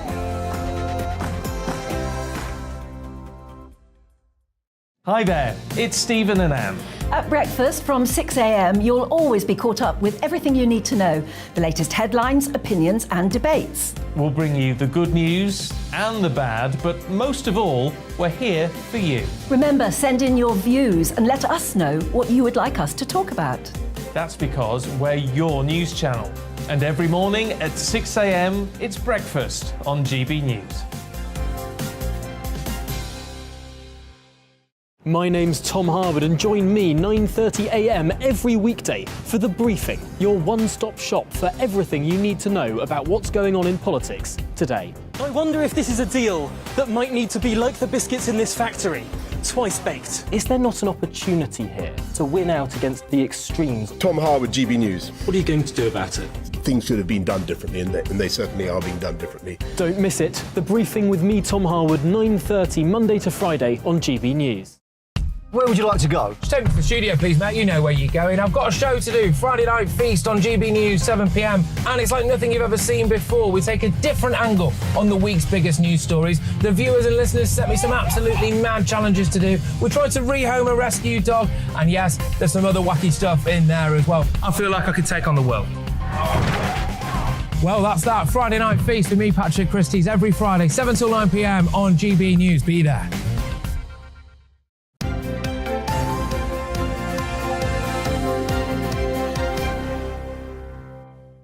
7:31, very good morning to you. This is Breakfast with Stephen and Isabel. Let's bring you up to date with some of the top stories. 6 contenders remain in the battle to replace Boris Johnson after Jeremy Hunt and Nadhim Zahawi were both knocked out in the first round yesterday. Mr Hunt is now backing the former Chancellor Rishi Sunak, while the former Defence Secretary Penny Morden has emerged as one of the favourites to make the final 2. 2 new drugs are being made available on the NHS, which will likely help thousands of breast cancer patients. A life-extending medicine and another drug to treat inoperable cancer have been given the green light, despite being initially rejected earlier this year. Kevin Spacey is to appear in court to formally enter his pleas today to sexual assault charges which date back 17 years. The Oscar-winning actor has previously said he strenuously denies 4 charges of sexual assault and 1 count of causing a person to engage in sexual activity without consent.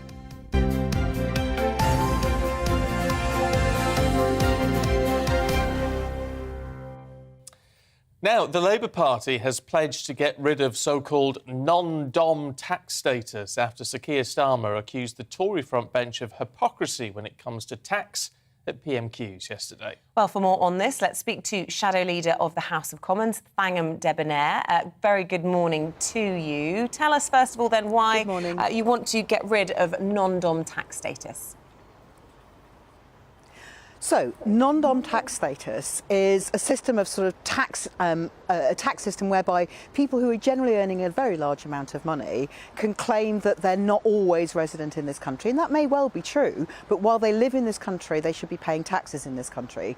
And it does apply to people who are normally resident in this country, and I think working people know that it's not fair if you can avoid paying taxes, whether it's legal or not legal. It's a system that needs to be got rid of.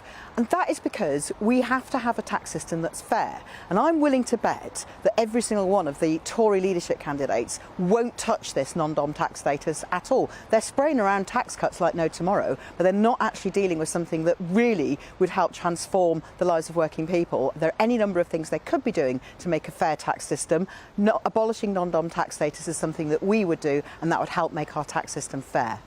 May be a fair point, and that's for our viewers and listeners to decide, but what was absolutely obvious from PMQs yesterday was that the only reason Sir Keir Starmer raised this yesterday was to try and trip Boris Johnson into criticising Rishi Sunak and his wife.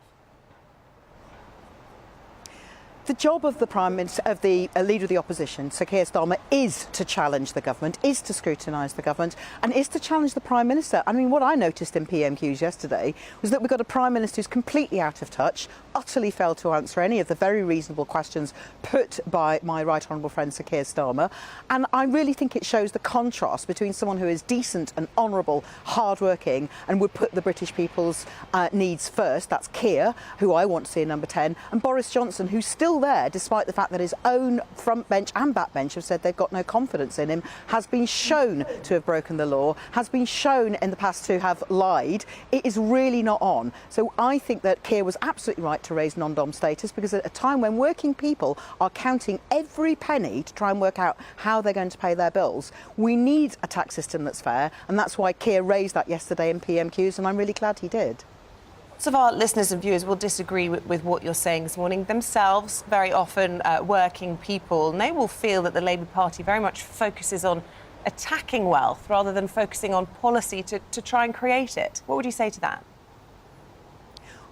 Well, at the moment, we haven't got any wealth creation. We've got a government that's presided over stagnating growth. So, I mean, that's what we've not got under the Tories. Creating wealth will be the first priority for a Labour government, and that's because we know that we can't spend money we don't have, but that it is taxpayers' money that funds public services. And the only way you do that without punishing working people, which is what this government has done, 15 Tory tax rises in 2 years, instead of that, we should be growing the economy, and that is not happening under a Tory government and would be happening under a Labour government. We would make it our top priority. Happen with business rates, corporation tax, would you in effect be supporting what is being put forward by a number of the candidates for the Tory leadership and say reduce that back down to 15%? That would stimulate some growth, wouldn't it?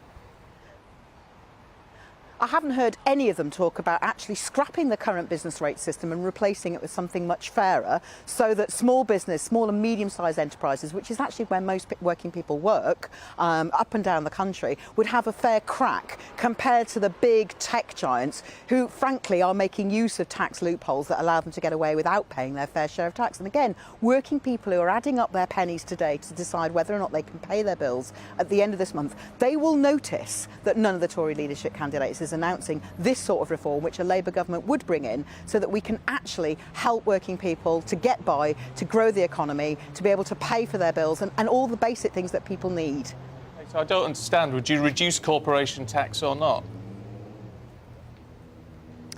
Well, I've said we would reform the tax system, and that, as we don't know yet what chaos we're going to come into after 12 years of Tory government, or it might be, unfortunately, 13 or 14, you wouldn't expect me to make unfunded tax promises on camera, just like a Tory leadership candidate. But I have said that we would reform the business rate system to make it fairer, so that SMEs, small, medium-sized enterprises, could compete fairly on a level playing field with those big online tech giants. And that would be a start, and that's the sort of fair tax system the Labour government would bring in. Yeah, but to be fair, what a lot of our viewers and listeners do want from the Labour Party, if you're going to stand any chance at the next general election, is some policy.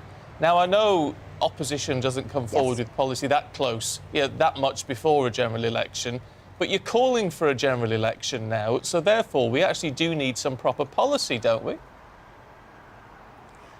3 of which I've just mentioned in this interview. So we called for the windfall tax for months before the Tory party was finally dragged kicking and screaming to doing that. Now, unfortunately, they also turned it into a bit of a tax break back for oil and gas, which is a terrible thing to do at a time of a climate crisis. But we've been calling for that for months. That would have helped working people. We've also been calling for the removal of VAT on fuel bills, which again would help working people pay their bills right now. And ironically, is one of the things that many of the Tory leadership candidates were calling for at the time of the EU referendum. Now, that's just 2 examples. I've also mentioned business rates reform, but we know that there are many more things we need to do if we're going to tackle the climate crisis, the cost of living crisis, but also this stagnating economy that 12 years of Tory misrule and a chaotic government have left us with. We've got plenty of policies. I think it's really important that we hone those down and are able to show the people of this country the better future that there is. But already we are able to say we would have a fair economy, we would make sure that working people are able to pay their bills and actually have more than the basics in life, more than just struggling to get by. People want a good life for themselves and their children. That would be our priority, and we've got plenty of policies to back that up. OK. I'm being told off because we're out of time. Just very briefly, I just want to ask you, why did you put climate crisis ahead of cost of living crisis in your list there? I mean, it was just the way I've remembered it in my head. I've got 2 things that begin with C. Cost of living crisis and climate crisis, however, are linked. And one thing you could do is insulate millions of homes, which would tackle both crises. Now, that's the sort of policy which we need, is one that is really earning its keep by tackling 2 crises at once. Cost of living crisis is immediate, but so too, for many people, is the climate crisis. OK, Thangam Debonair, we have to leave it there. Shadow Leader of the Commons, thank you very much for your time this morning. And at home, let us know your thoughts on that this morning. But for now, we will take you through the papers once again with David Wooding and Liz Kershaw. Warm welcome back to both of you. Liz, you've changed your hair. Yeah, you switched sides. I love it. David, should we start with the Daily Mail, talking about the Battle of Waterloo, and they've unearthed some secrets. Yes. So buried for 200 years, more than 200 years, one of the 20,000 or more soldiers killed in that 12-hour battle in June 1815, when the Duke of Wellington finally defeated Napoleon's army, and they found this in a ditch all these years on. A perfectly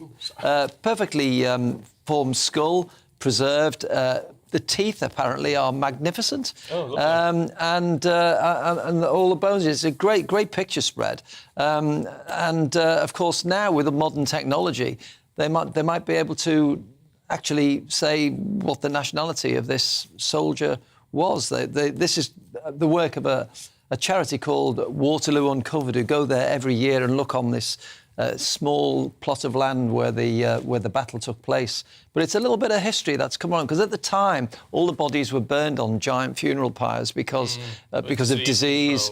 And then afterwards all things like belts and weapons were taken by trophy hunters. And in fact, there was a phrase, a couple of 100 or so years ago, where they used to use the teeth, call them Waterloo teeth as souvenirs.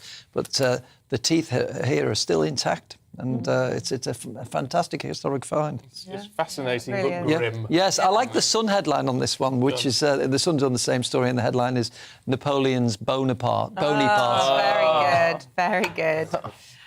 Liz, let's turn to the Times. We've been talking about the leadership battle a lot. We should have started with it, perhaps, in the wake of that interview. But what's their take on it? They're talking about the cases for the top prize being put forward by the final six. Just on a side issue, David said to me outside, I'm going to give you the chance to sing in this segment. No. And is it Waterloo?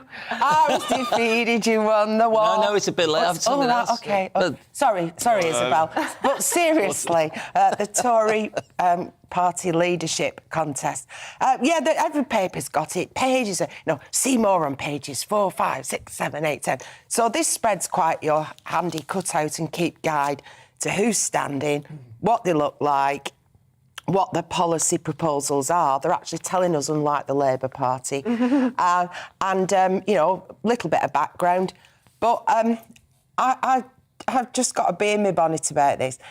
The story today in the papers that the people who live in the so-called Red Wall are suffering more from inflation than, 3 to 5% more than in other parts of the country, because the housing stock is so unsuitable to dealing with climate extremes. She did mention insulation. And so you've got, of course, you've got some great properties in the north, but you've also got a lot of old Victorian, badly maintained terraces. You've got back-to-backs. You've got 70s chalet-style bungalows with massive glass windows, totally. And so people's heating costs are higher in the north, and also public transport, which is all part of the levelling up promise. And a lot of it's now been dropped. High-speed links. Forget HS2, north to south, east to west, linking Liverpool with Hull. Look what the M62 did in roads. And that's been forgotten. But more people in the north have to go to work in their cars because of no available joined-up public transport. So it's hitting people really hard there. So wouldn't you think the Tory party, in trying to choose a new leader, would at least give people, first of all, MPs selecting the finalists, the party members selecting the final leader, and then eventually the electorate, at least a chance of having somebody who understands life north of Birmingham. And as I said earlier, not one of these candidates was born north of Watford, really. David, you would slightly disagree with that. Where was Liz Truss born in Scotland? Or? Well, no. She was raised in Scotland and then went into She was born Yorkshire. in Oxford. I mean, she's been around. But the Tories did have a northern leader, William Hague, and he was roundly rejected by the electorate when he stood. So we haven't had enough. We've had since the war. Me and David have just had a quiz outside, and we both got top marks. But since the war, we've had one Northern Prime Minister, Harold Wilson, elected 1964 from Huddersfield. And we've had Margaret Thatcher, who's from Grantham in Lincolnshire, but had voice coaching and quickly disguised the fact. We've had, a couple of Scottish Prime Ministers. William Hague never quite made it. But you'd think... I'm a member of the Conservative Party. OK, I'm not pleading poverty. I come from the north. I had an aspirational family who believed in education. And I'm grateful for all that. I just think they could have made more effort to reflect this country. I'm talking from the top of Scotland down to Land's End, Wales, Northern Ireland. This is... these are the final 8, and we've now got rid of 2 of them. The constituencies are 2 in Hampshire, 1 in Kent, 1 in Surrey, 1 in Essex, 1 in Norfolk, 1 in Warwickshire, the Midlands, but the richest place, Stratford-upon-Avon, and Rishi Sunak, 1 in Yorkshire, Richmond, one of the richest parts. I think a lot of the Northern MPs are too inexperienced. I mean, David Davis is one, for instance. He stood and was defeated by David Cameron. Yeah. So, I mean, they haven't got the same choice that the Labour Party have got in getting Northern MPs to stand. A lot of them are newer, but I mean, you've got, our GMB's own Esther McVeigh and her husband Philip. She ran last time. She did. I think, after... Sort of ran this time. Yeah, and people like in the past, not for the Tories, but for Labour, Andy Burnham tried to become member of the Labour Party. I still think that there is extreme prejudice against somebody who sounds like that. And, sounds like you. Sounds like me, yeah. Or Esther, or Philip, yeah. Well, we've certainly got a good northern contingent on this panel here. Yeah, we're well represented. Poor Isabel's the token southerner. I've got some Scottish in me. David, let's look at the sun, shall we? This is about... We've been talking about the weather all night and, talks now from some of the papers about, turning the taps off and impending drought. Yes, I like this spread in the sun because it reminds me of a place you might know it, Stephen, in Cumbria, where an old village. Yes. And I remember being on holiday up there in the Lake District and walking around this village. There's a bridge and an old pub which had all been submerged under. I've only ever seen the tops of the buildings. Yes. I've never actually seen it all. And of course, here's one in Yorkshire. There's a flax mill here. There's a main road and a stone bridge which is crumbling, and it's all been revealed, laid bare by the falling level of the reservoir. It's a place called Thrushcross. And the village that was submerged in 1966 is called West End. Actually, I've got an interest in this because I did a bit of my own family background and found that my family moved to Liverpool a few generations ago on one side because the village they lived in North Wales was flooded to make a reservoir. And so, there's a bit of family history in that. But I found this fascinating to see that, and that just shows the serious point of this is how the water levels are dropping so rapidly with the heat wave, and we're all going to have to conserve our water, and perhaps the bills will go up as well. And you people in Kent are the worst offenders. You're on a red alert now because you're all filling the big your garden lawns pools. we have to water. Yeah. All right, for some. Mind you, we've got to enjoy the sun. Just get on with it, Liz. This is my favourite headline of the day. Go on. Do you remember Phew, what a scorcher? Oh, yeah. Yeah, the Sun today, phew, what a torture. And they're saying, will you all shut up, nanny state, telling us how to enjoy the heat or avoid the heat. Don't let your children play outside. Make sure you've all got sun cream on. Drink plenty of water. Put a wet towel over you. Don't forget to breathe. The Star, which might feature later, is advising you to take your pants off and go commando to keep cool. And then you were mentioning earlier about rubbing onion juice. Yes. Oh, please, I love it, don't you? What, the heat? The heat. I do like the heat, but if it stops you sleeping, I can see why people do grumble. It's hard to get anything done if you're outside. Maybe there's a role for the lockdown police who've now maybe made redundant now the restrictions have been lifted. They can go around parks saying, oi, get some sun cream on or get back indoors. I do, on a serious note, and again, Lorther's arm to agree with that, insulation, because I'm lucky. You've been to my house, Stephen. I have. It's very old. And the Elizabethans knew what they were doing. It's stone with walls that thick and small windows. And it keeps the heat in winter and it keeps really cool in summer. But more modern buildings aren't like that. And a girl here this morning was saying her Victorian terrace house is unbearably hot. And I think we really do need to insulate. I mean, they're not daft in the Med, are they? They have shutters, they have small windows. They know how to do it. Yeah. We're out of time again. You too. Liz, David, thank you very much indeed. We're talking about if you want to cool down at night, putting a fan on, fitting a ceiling fan. John says, Steve, oh, don't call me Steve. Stephen, please. Steve. You don't need to rewire for a ceiling fan. It uses the existing light fittings. And Max says, if you're suffering from the heat, move to Northern Ireland. It's freezing here, not even in the 20s, and that's a fair point. Also in Scotland, there's lots of rain going on still there, so it's not everywhere in the United Kingdom, but certainly south of the border in the UK is pretty hot at the moment. Let's just run you through a couple of headlines at 7:50. And record-breaking numbers of poorer students have applied to university this year. Figures from UCAS show the application rate for disadvantaged students is up by 10% since 2013. 38,000 applicants being from poorer areas this year. The NSPCC has warned that families will pay the price of the final stages of the online safety bill being postponed. The bill was due to go before Parliament next week, but according to PA, the news agency, it's been delayed to make room for a confidence vote in the government and the Northern Ireland Protocol. Rail workers will stage another strike in less than 2 weeks. Rail operators and Network Rail workers have voted to walk out on July 27th in that dispute over pay, jobs and conditions.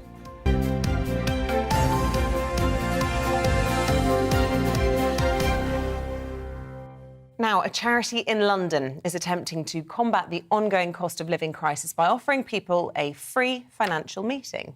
Debt-Free London offers the public advice on everything from debt to rent. Let's get more from our reporter Rosie Wright, who's down there for us this morning. Morning, Rosie. A very good morning to both of you. Now, today, the Chancellor made this announcement back in May. There was going to be a payment to help families, households, individuals who are grappling with the rising cost of living. In total, £650 will be available, and in your bank account, half of that, £326 from today for just over 8 million people. This is all needed because I don't need to tell you how prices are going up at the supermarket, at the petrol pump. The price, I know you've just been talking about wanting to stay cool, but to heat and to turn on the electricity at home. The reality is thousands of people that come here to Debt-Free London need urgent financial help. And someone who can give us a bit more detail is Matt Dronfield, who's at the head of Debt-Free London. Matt, we met a couple of months ago talking about the cost of living. You're meeting with people who've got the least disposable income of anybody. Will this payment from the government be even remotely enough to help? Morning, thanks for coming down today. Our advisors across London help 24,000 people a year with their finances when they're struggling with debt. Now, every little helps, and yes, it will go some way for a few weeks, but the reality is 2 in 5 of our clients that come through our doors say that low income is the reason of their financial issues. And when supermarkets are having to put security tags on a packet of Lurpak or cheese, we know we've got a real issue. And this might help with the cost of packed lunches for kids for a few weeks at school, but it's not going to change the game massively. And unfortunately, we've already seen an increase in demand for our service of 250% already this year, and we don't see that changing anytime soon. That is totally stunning, the number of people who require help. How bad a financial situation are people in when they come to you? You said previously, a few years ago, they might have one debt outstanding that they can't pay, but that's changed. And this is the biggest thing for us as well, right? So just before the pandemic, it was 1.5 debts people came to us on average. It's nearly 4 debts people are coming to. That's 4 different creditors chasing for payment, bailiffs knocking at the door, threats of eviction or losing your housing. It's a real concern. And for our advisors, they're supporting people that sometimes just don't want to be here anymore. So it's not just helping with their finances, but it's also helping with their mental well-being as well.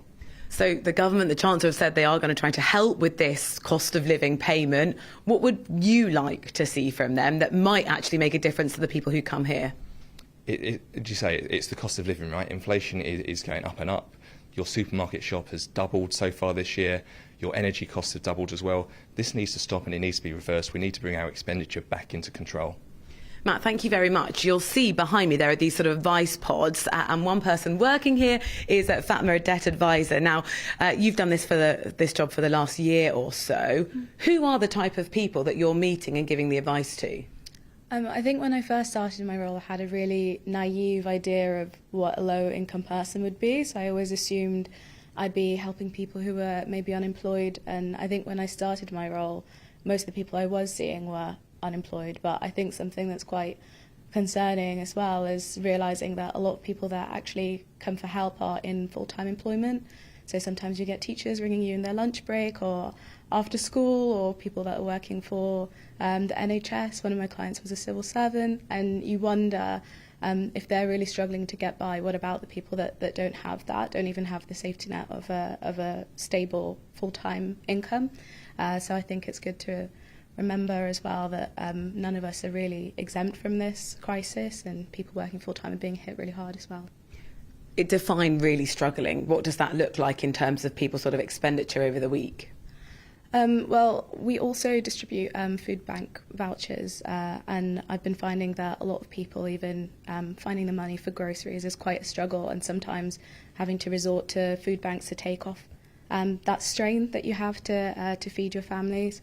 And yeah, we've got a lot of people coming in needing support for energy, council tax, rent. So I think in every department that something can rack up, it will rack up, and we have clients that are continually kind of living in minus figures. So, yeah. What are the things that people are struggling to pay for? You said earlier, council tax is one of those things. Yeah, council tax is a really big one. Rent arrears is a big one.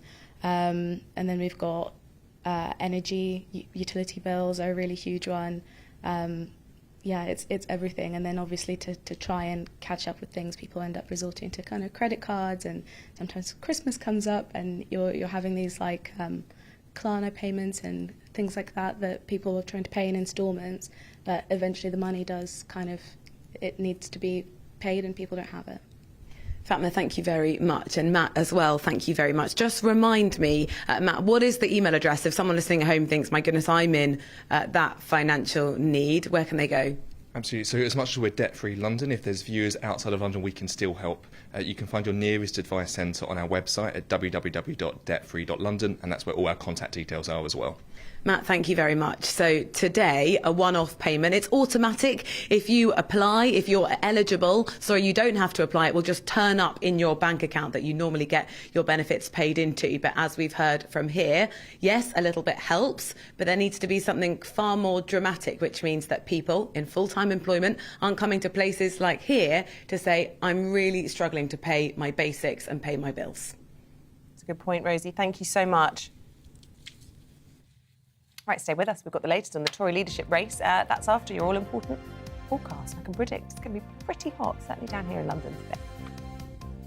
Good morning. Alex Deacon here with your latest weather update from the Met Office. Some fairly typical summer weather over the next few days. However, the heat may well start to build as we go through the weekend and into next week. This area of high pressure is building in across the UK, bringing the southern half of the UK sunny spells today, but around the top of that high pressure, the breeze coming in from the northwest, introducing more cloud and a few showers across Scotland and Northern Ireland this morning, and we'll see a few more developing across parts of northern England as we go through the morning as well. The odd one for the Midlands maybe, but further south, most places dry, sunny spells across southern England and South Wales, and not too many showers getting to eastern Scotland either.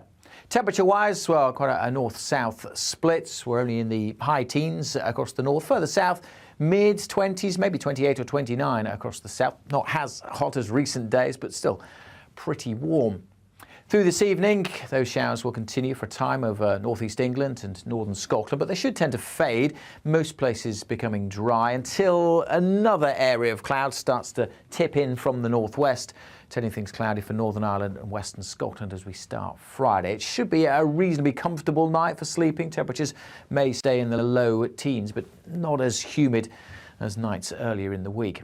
The nights and the days are going to get warmer, though, as we head into the weekend. Friday, again, set fair by and large across the south. Sunny spells to come tomorrow across East Anglia, southern England and the Midlands. But clouds spilling in again across northern England, Scotland, Northern Ireland, with a little bit of showery rain here and there. The far north of Scotland may actually be largely dry through Friday afternoon. Again, on the cool side here, just 15 or 16, whereas further south, temperatures again getting into the mid-20s easily in those sunny spells. But temperatures will rise again as we go through the weekend. Met Office do have the extreme heat warning in place. See the Met Office website for more details on that.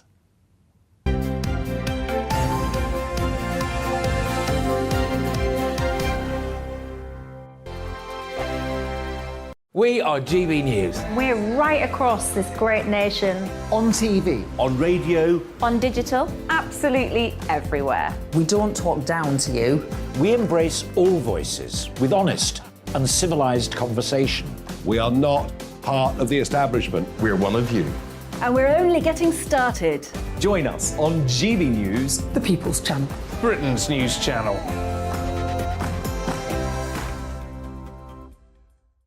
Hi there, it's Stephen and Anne. At breakfast from 6 a.m, you'll always be caught up with everything you need to know, the latest headlines, opinions and debates. We'll bring you the good news and the bad, but most of all, we're here for you. Remember, send in your views and let us know what you would like us to talk about. That's because we're your news channel. And every morning at 6 a.m, it's breakfast on GB News. My name's Tom Harwood and join me 9:30 a.m. every weekday for The Briefing, your one-stop shop for everything you need to know about what's going on in politics today. I wonder if this is a deal that might need to be like the biscuits in this factory, twice baked. Is there not an opportunity here to win out against the extremes? Tom Harwood, GB News. What are you going to do about it? Things should have been done differently, and they certainly are being done differently. Don't miss it. The Briefing with me, Tom Harwood, 9:30 Monday to Friday on GB News. Where would you like to go? Just take me to the studio, please, mate. You know where you're going. I've got a show to do. Friday Night Feast on GB News, 7 p.m. And it's like nothing you've ever seen before. We take a different angle on the week's biggest news stories. The viewers and listeners set me some absolutely mad challenges to do. We tried to rehome a rescue dog. And yes, there's some other wacky stuff in there as well. I feel like I could take on the world. Well, that's that. Friday Night Feast with me, Patrick Christie's, every Friday, 7 till 9 p.m. on GB News. Be there.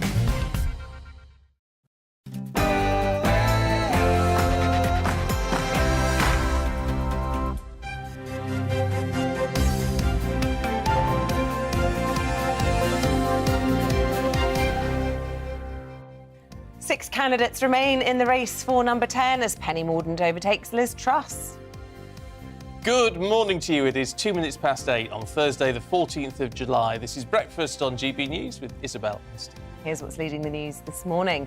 Penny Morden has surged to second place in the Tory leadership election after a ballot last night saw the candidates Nadhim Zahawi and Jeremy Hunt both being knocked out of the race. Six Conservatives are still in the battle for number 10 there, ahead of that second.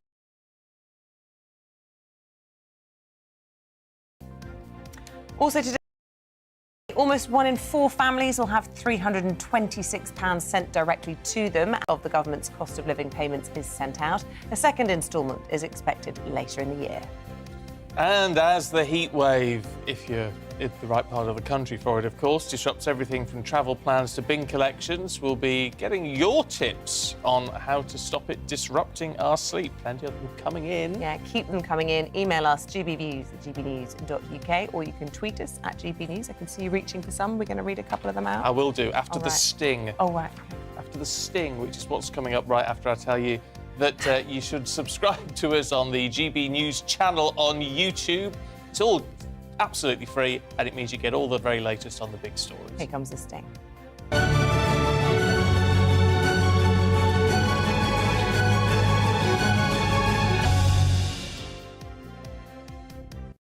That's a sting and a half. Sting. It's a new sting, that one. It's quite nice, isn't it? We're going to get into... Yeah, they have been busy, and as have all of the candidates, and we're going to get into all of that straight after we've read out a few of these I just want to news. talk about... Yeah, because we've been having this discussion about hot drinks, cold drinks, whether they cool you down. Now... Nonsense. This isn't... Well, no, but this is interesting from Jan. Morning, Jan. She said, when it comes to a cup of tea, I really do believe drinking tea brings your body up to the same as the air temperature, so you don't feel the difference. That's interesting. I don't know if that works, but it's interesting. We've been talking basically about how we just come to a standstill. We can't do anything here in the UK when it's hot weather. Beverly says, we live in the Balearic Islands. We've had warm temperatures for weeks now. Our binmen still come every day without fail. No issues.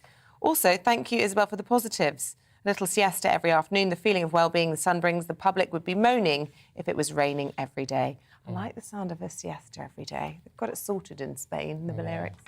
Anyway, keep your thoughts coming in.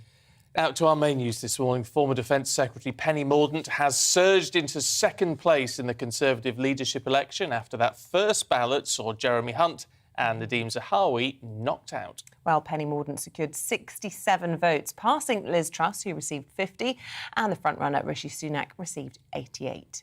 Well, a second ballot will take place today. That's going to see the last-placed candidate knocked out of the race. Well, let's talk to our political correspondent, Tom Harwood, for some more this morning. Good to see you, Tom. Last seen you outside Downing Street on what proved to be rather eventful 24 hours. And here we are in the aftermath of all of this. And Penny Morden, something of a dark horse in this race, and she could well be our next Prime Minister. I love her slogan, by the way, PM for PM. She got lucky there. Certainly, nominative determinism, some people might say, but it was a very, very good day for Penny Morden yesterday, securing herself as a really credible challenger in this race. And also quite a bad day for Rishi Sunak, really. 88 votes is not well ahead of the pack. In fact, if you add up any two of the other leading contenders, you're well ahead of Rishi Sunak there. By comparison, Boris Johnson in the first round was well over 100 of a much smaller parliamentary party. So Rishi Sunak, not the far and away favourite in the way that he perhaps was thought a couple of days ago. But I think what's really interesting about today is less about Rishi Sunak, less about Penny Mordaunt, and more about Liz Truss and Kemi Badenoch, because Liz Truss is launching this morning, finally, her campaign with a big set-piece speech. Will she be able to express the sort of gravitas that we saw from Penny Mordaunt yesterday? That's a big challenge for her. Or potentially, could Kemi Badenoch, who's only 10 votes behind Liz Truss, maybe leapfrog Liz Truss and be more of a secure candidate of the right? Because if we're looking at sort of the Brexity right of the Conservative Party, that vote is split currently across three candidates: Suella Braverman, Kemi Badenoch and Liz Truss. Now, that's a very, very strong number of votes were they all to get together. And I think what's disappointing some Conservative MPs on the right of the party is that Suella Braverman hasn't dropped out, is that an accordance hasn't been found between some of these candidates, splitting that vote on the Brexity right of the party. It's very interesting about how these votes become amalgamated when people start to drop out and what have you, because there's a real danger here, isn't it, of frustrating the Conservative Party membership. If people get together and leapfrog Penny Mordaunt, who seems to be very, very popular when you actually survey the membership, cause a bit of frustration, couldn't it? It certainly could. Now, I don't think anyone's quite going to be able to get over Penny Mordaunt today, but obviously today is just one more round out of what there will be more rounds. And some people were suggesting at the start of this process that there would be people dropping out, that this would perhaps all be wrapped up today. What we now know for certain is it won't be wrapped up today short of a miracle, because there are so many candidates left, still 6. One will be automatically knocked out today. We'll get the result at around 3 p.m. Voting starts at 11:30 this morning. But unless more people then follow and saying, OK, I'm going to give up, the jig's up, I'm going to drop out voluntarily, there'll be another round next on Monday, and then potentially more rounds each day right through to as late as next Thursday. But talking about people giving up voluntarily, this was something the Prime Minister talked about during PMQs yesterday. Boris Johnson suggesting it could be his last time at the dispatch box if a clear front-runner emerged and all the opponents agreed that they would stand down. Not impossible, but not impossible, but almost fantastically unlikely, because all of the candidates have signed a pledge put forward by the chairman of the 1922 committee, Sir Graham Brady, a clause in this contest known as the Leadsom clause, that they promise to not drop out so that Conservative Party members can have a say. Because a lot of members felt very aggrieved back in 2016 when the contest was curtailed, only ran for a couple of weeks, because, of course, Andrea Leadsom dropped out of those final two, automatically making Theresa May Prime Minister. Less likely now because not only of that pledge, but also because there is no front-runner that's clear and away ahead in the way that Theresa May, for example, in 2016 got more than half of the parliamentary party in the first round. Wow. No one's even close to that. No one's even touching around 25% of the parliamentary party at this stage. It's still a fairly wide-open contest. One of the interesting tidbits about why Boris Johnson might have yesterday said this could have been his last PMQs is because there's big speculation he will be going off on an international visit next week, perhaps to Japan, because he spoke to the Japanese Prime Minister yesterday. The UK and Japan have been forging these new post-Brexit links. The Comprehensive and Progressive Trans-Pacific Partnership is a trade pact that the United Kingdom is seeking to join, and, of course, the sad assassination of Shinzo Abe as well. Perhaps it might be a Japanese trip in the offing for the Prime Minister next week. OK. Tom, thank you. Well, what do you think about all of this that's going on? Let's talk to the good people of Warrington, or one at least. GB News viewer and listener Chris Bean. Morning to you, Chris. I mean, look, this contest is... Good morning. I mean, it's happening quite quickly in some respects. What do you make of what we've seen so far? Well, I think yesterday was certainly quite a surprise. Penny Morden's appearing from the background in the way that she has. I'm just wondering whether people are seeing her as the best antidote to Boris. There is, of course, the toxicity around the main runners, and possibly they see Penny as being a fresh approach and a clean sheet, because they've got a lot to think about. There's an election coming up in 2 years' time, and they've got to try and find a way of being ahead at the time of that election, and that's going to be very difficult for them. It's interesting just talking to Tom and talking about how there isn't any clear front-runner at this early stage, which there typically has been in the past. And we spoke to, I think, the deputy editor of The Spectator yesterday, of course, a Conservative-leading publication, who described the shortlist as a shower of mediocrity, that nobody was setting at least the Parliamentary Party on fire. Would you agree with that? Is there anyone there that really excites you, that really makes you think, you know what, we could absolutely win at another landslide if we're up in a couple of years' time in a general election? One of the things that's concerned me for a long time is that politics has become such an unpleasant business to be in. I think you've got to be an extremely thick-skinned person, and a lot of people probably who would make good politicians and good leaders of the country probably just wouldn't be prepared to go into politics because they don't want to have all the unpleasantness that there is in it. I mean, all of this should be an open goal in some respects for the Labour Party. What do you make of Keir Starmer and his front bench team? Are they coming out with anything which is enticing to you? I think they've spent far too much time attacking Boris. I think they've been preoccupied with the fact that Boris, for all his faults, and he has faults, that's for sure, but he has this charisma, and he has been a very successful vote catcher. And what they want, I think, above all else, is they wanted Boris out of the way, one way or another. And they've been concentrating on getting him out of the way, and we don't really know what they've got to offer. They've got a lot of words, but I don't think there's much in them. Look, Chris, just before we let you go, everyone's bleating on about the heat wave down south. What's it been like up in Warrington? What's the weather been? It's been quite warm. It's not been too bad. The last few days have been quite fresh. So that's been a relief, but I understand we've got some pretty hot weather on its way, so we must prepare ourselves for that. We haven't got a ceiling fan, which I know you've been championing this morning, but I'm sure we'll find a way of managing. Oh, a cold beer will sort it out, Chris, I'm sure. Good That's to the spirit. Good to talk to you this morning. Those, yeah. That's the way. Good to see you. Thanks for coming on. Lovely to talk to you. Look, let's talk a bit more about the six candidates. One of the really stark observations that everybody has been making is that the three of the last six candidates fighting to lead the party are from ethnic minorities, and it's prompted discussion about what constitutes representation in politics and if indeed it matters. Well, let's talk to our culture and social affairs editor, Inaya Falarin. Eamonn, good to see you this morning. What do you make of all of this? I mean, it's interesting when it comes to diversity as we classically see it.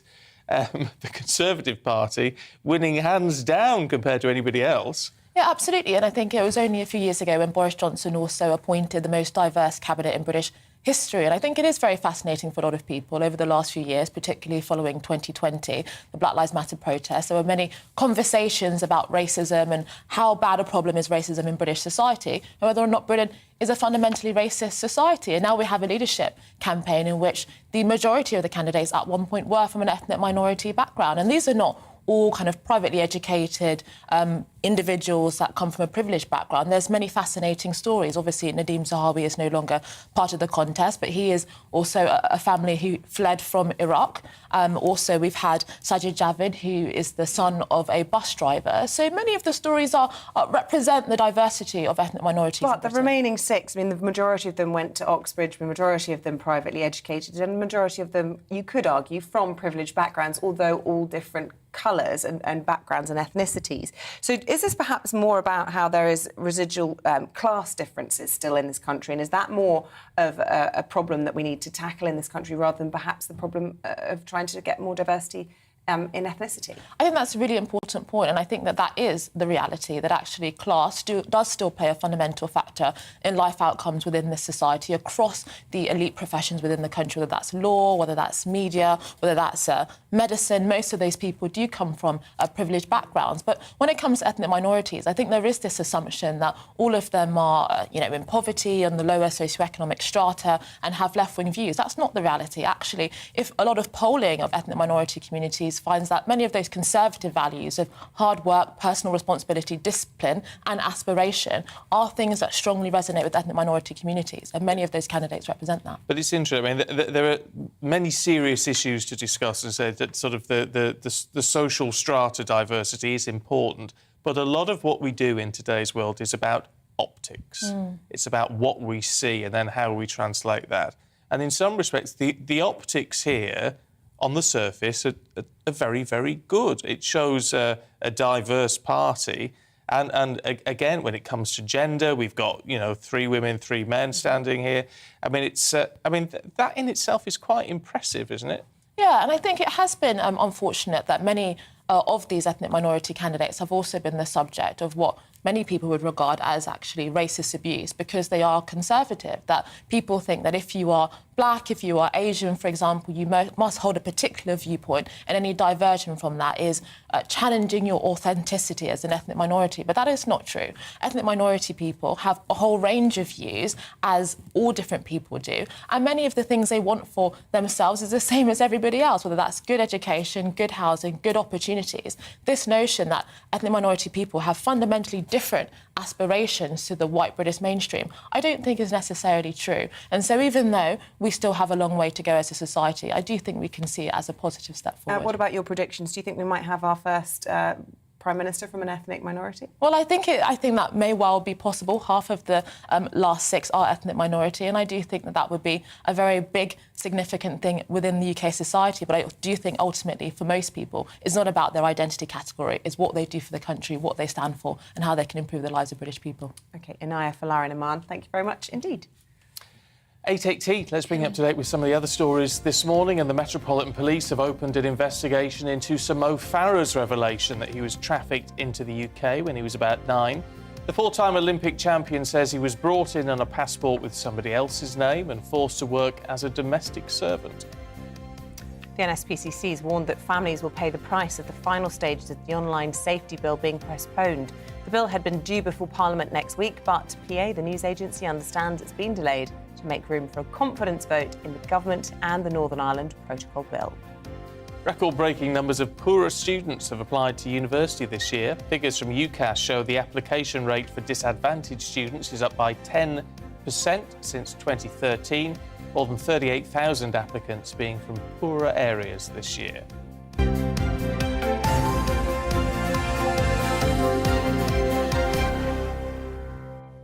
So we've been talking about the long, hot nights all morning, haven't we? We haven't actually established whether or not you like heat, whether you like the summer. I do like it. I tell you what, I like when I go on holiday. I like it warm.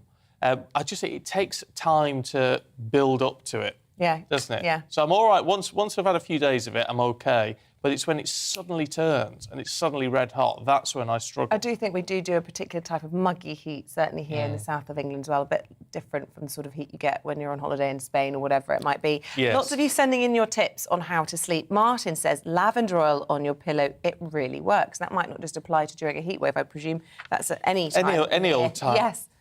Chris says, leave the loft hatch open. Heat rises. Top tip. Oh, spiders, though, and all that coming down. Oh, I wouldn't fancy do you know what? that. I have been thinking that recently, with all this hot weather. Does it lead to bigger creepy crawlies in the long You do get a lot of term? big spiders, yeah. Which I'm OK with that. Yeah, there's a lot.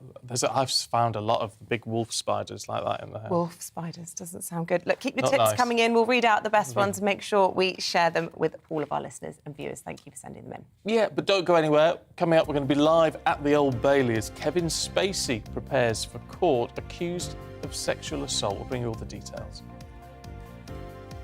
Good morning, Alex Deakin here with your latest weather update from the Met Office. Some fairly typical summer weather over the next few days. However, the heat may well start to build as we go through the weekend and into next week. This area of high pressure is building in across the UK, bringing the southern half of the UK sunny spells today. But around the top of that high pressure, the breeze coming in from the northwest, introducing more cloud and a few showers across Scotland and Northern Ireland this morning. And we'll see a few more developing across parts of northern England as we go through the morning as well. The odd one for the Midlands maybe, but further south, most places dry, sunny spells across southern England and South Wales, and not too many showers getting to eastern Scotland either. Temperature-wise, well, quite a north-south split. We're only in the high teens across the north. Further south, mid-20s, maybe 28 or 29 across the south. Not as hot as recent days, but still pretty warm. Through this evening, those showers will continue for a time over northeast England and northern Scotland, but they should tend to fade, most places becoming dry until another area of cloud starts to tip in from the northwest, turning things cloudy for Northern Ireland and Western Scotland as we start Friday. It should be a reasonably comfortable night for sleeping. Temperatures may stay in the low teens, but not as humid as nights earlier in the week. The nights and the days are going to get warmer, though, as we head into the weekend. Friday, again, set fair by and large across the south. Sunny spells to come tomorrow across East Anglia, southern England and the Midlands. But clouds spilling in again across northern England, Scotland, Northern Ireland, with a little bit of showery rain here and there. The far north of Scotland may actually be largely dry through Friday afternoon. Again, on the cool side here, just 15 or 16, whereas further south, temperatures again getting into the mid-20s easily in those sunny spells. But temperatures will rise again as we go through the weekend. Met Office do have the extreme heat warning in place. See the Met Office website for more details on that.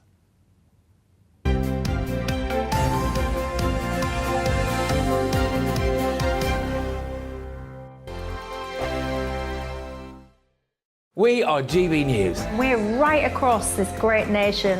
On TV. On radio. On digital. Absolutely everywhere. We don't talk down to you. We embrace all voices with honest and civilised conversation. We are not part of the establishment. We're one of you. And we're only getting started. Join us on GB News, The People's Channel. Britain's news channel.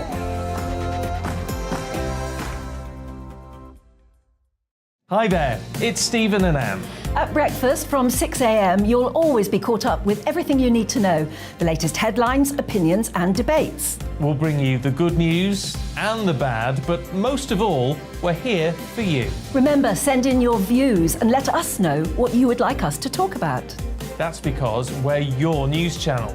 And every morning at 6 a.m, it's breakfast on GB News.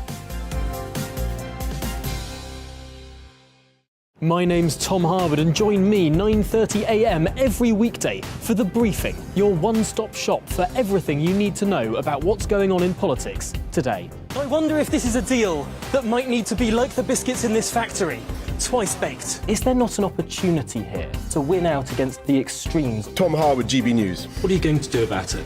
Things should have been done differently, and they certainly are being done differently. Don't miss it. The Briefing with me, Tom Harwood, 9:30 Monday to Friday on GB News. Where would you like to go? Just take me to the studio, please, mate. You know where you're going. I've got a show to do. Friday Night Feast on GB News, 7 p.m. And it's like nothing you've ever seen before. We take a different angle on the week's biggest news stories. The viewers and listeners set me some absolutely mad challenges to do. We tried to rehome a rescue dog. And yes, there's some other wacky stuff in there as well. I feel like I could take on the world. Well, that's that. Friday Night Feast with me, Patrick Christie's, every Friday, 7 till 9 p.m. on GB News. Be there.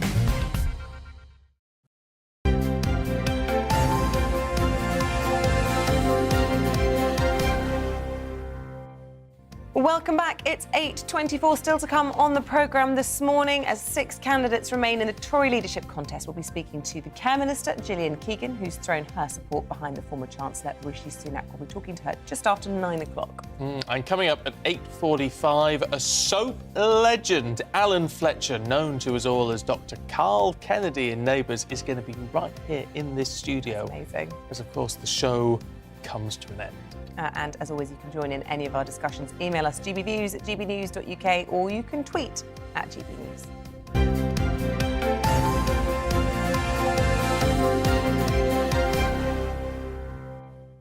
Now, the actor Kevin Spacey is going to appear in court to formally enter his plea in relation to 4 charges of sexual assault and 1 count of causing a person to engage in sexual activity without consent. Well, the double Oscar winner strenuously denies the allegations, and our reporter, Ellie Costello, is down at the Old Bailey for us now. Ellie, good morning to you. So we're expecting to see him in person. Are we in court this morning?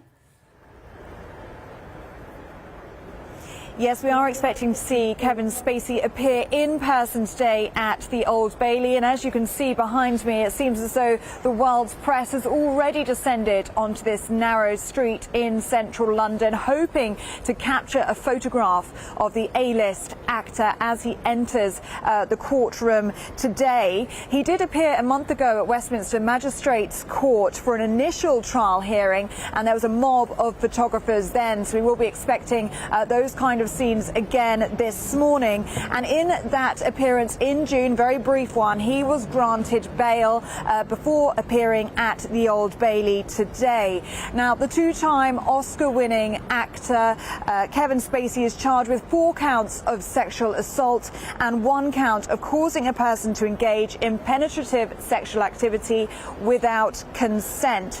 Now, these charges come from an investigation by the Metropolitan Police in 2017. Let me just take you through those individual charges. The charges are as follows. 2 counts of sexual assault on a man who is now in his 40s. That allegedly happened in March 2005 in London. Sexual assault on a man now in his 30s, which allegedly took place in Gloucestershire in 2013. And finally, sexual assault of a man who is now in his 30s, and a second charge regarding that man as well, of causing him to engage in penetrative sexual activity without consent, which allegedly happened in August 2008 in London. Now, all of these events allegedly took place when the actor was the artistic director of the Old Vic Theatre in London between 2004 and 2015. And we are expecting Kevin Spacey to appear in court in person today to face those charges. It should be a very brief appearance by the actor. He simply needs to submit pleas to those 5 individual charges. He has always denied any wrongdoing, and he has always maintained his innocence. Now, after he formally submits those pleas to those 5 individual charges, a trial date will be set by the court, which we're expecting to be later on this year. Ellie, thanks very much indeed. Well, let's talk to showbiz reporter Ellie Phillips, who's here in the studio. Morning, Ellie. I mean, we are talking about someone here who is, you know, a remarkable actor with an impressive back catalogue. Huge back catalogue. I mean, he's a 2-time Oscar winner. He's got a Best Actor nod, and he's got a Best Supporting Actor. And we know how many roles he's incredible in. He was in 7.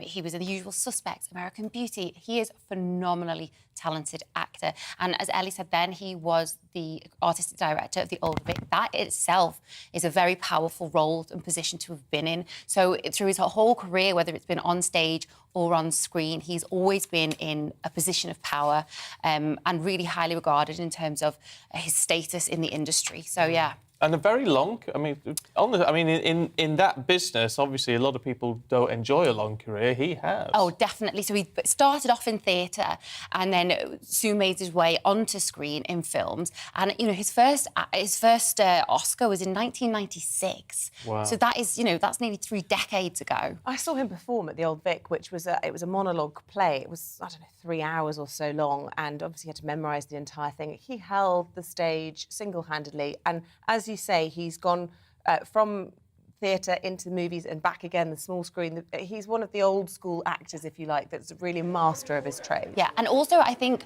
especially on screen, the characters he's played have always tended to be difficult characters to pull off, but he really draws you in with his ability to make you feel uncomfortable with the way he does this. If you think about who he played in American Beauty, he played this dad who was infatuated with his daughter's friend, and it was very uncomfortable to watch. But he won an Oscar for it as a lead actor role. And so he is incredibly talented. But the question now, especially in Hollywood, was when these allegations emerged, and they are allegations at this stage, obviously, that they'd wanted to be completely dissociated with him. He was axed from House of Cards almost straight away, and that was so incredible. He played President Frank Underwood for the first 5 seasons, and it meant actually that Netflix had to completely rewrite the 6th season. He was written out of it, and then Robin Wright carried it on her own. Personally, wasn't the best. I didn't really like season 6. It was watching it, I felt like it's such a shame that you had to remove such a talented actor. But I'm glad they carried on with it, because it's not just the actor on screen, and people say, oh, we shouldn't watch his films anymore. But he's one part of a large cog that goes into creating these things. Think about everyone backstage, the producers, the writers, the cast and crew. And so I think it was only right that we do see some of his work still. For example, after the allegations came out, one film, Billionaire Boys Club, which was filmed prior to the allegations, was released after the allegations. And they said, look, it's not just him in this film, it's a lot of other people. The work of art is there. Why shouldn't everyone else get to see that on screen? It's innocent until proven guilty. We've had the same debates, haven't we, when it comes to R. Kelly, and a lot of people saying some of those hits, whether it's Keys to Ignition, everyone loves it, and lots of producers and, you know, other backing vocalists involved in that, but people just saying, you know, you just can't be involved in contributing to the royalties for that, he obviously having been convicted and facing lots of other trials. But a debate, I suppose, that will be revisited once all of this is finished and wrapped in the courts. Certainly will. OK, thank you, Ellie. Thank See you soon. Look, don't go anywhere. We've got all the papers heading your way in just a couple of minutes with David Wooding and Liz Kershaw.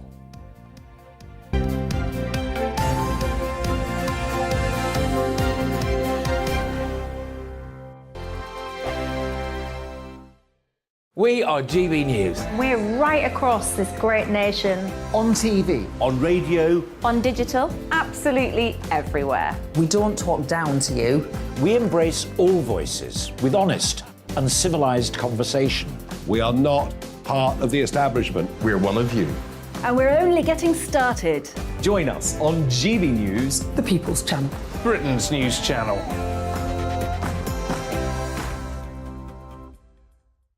Hi there, it's Stephen and Anne.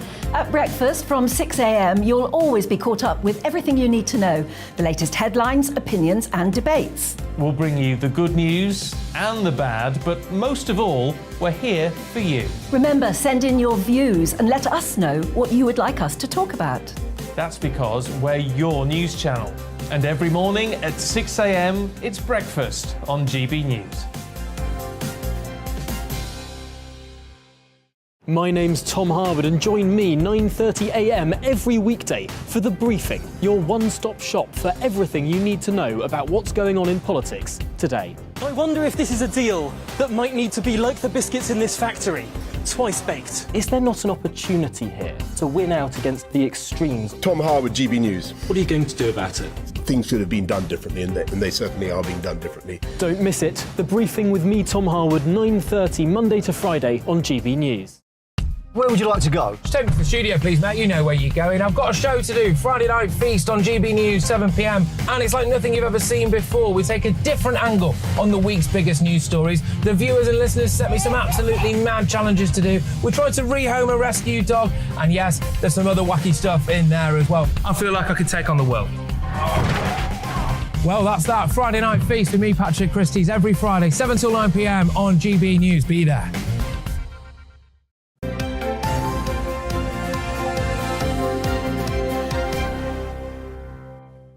8:34, very good morning to you. Let's just bring you up to date with a couple of the top stories this morning. And 6 contenders are still in the battle to replace Boris Johnson. Jeremy Hunt, Nadhim Zahawi knocked out of the first round yesterday.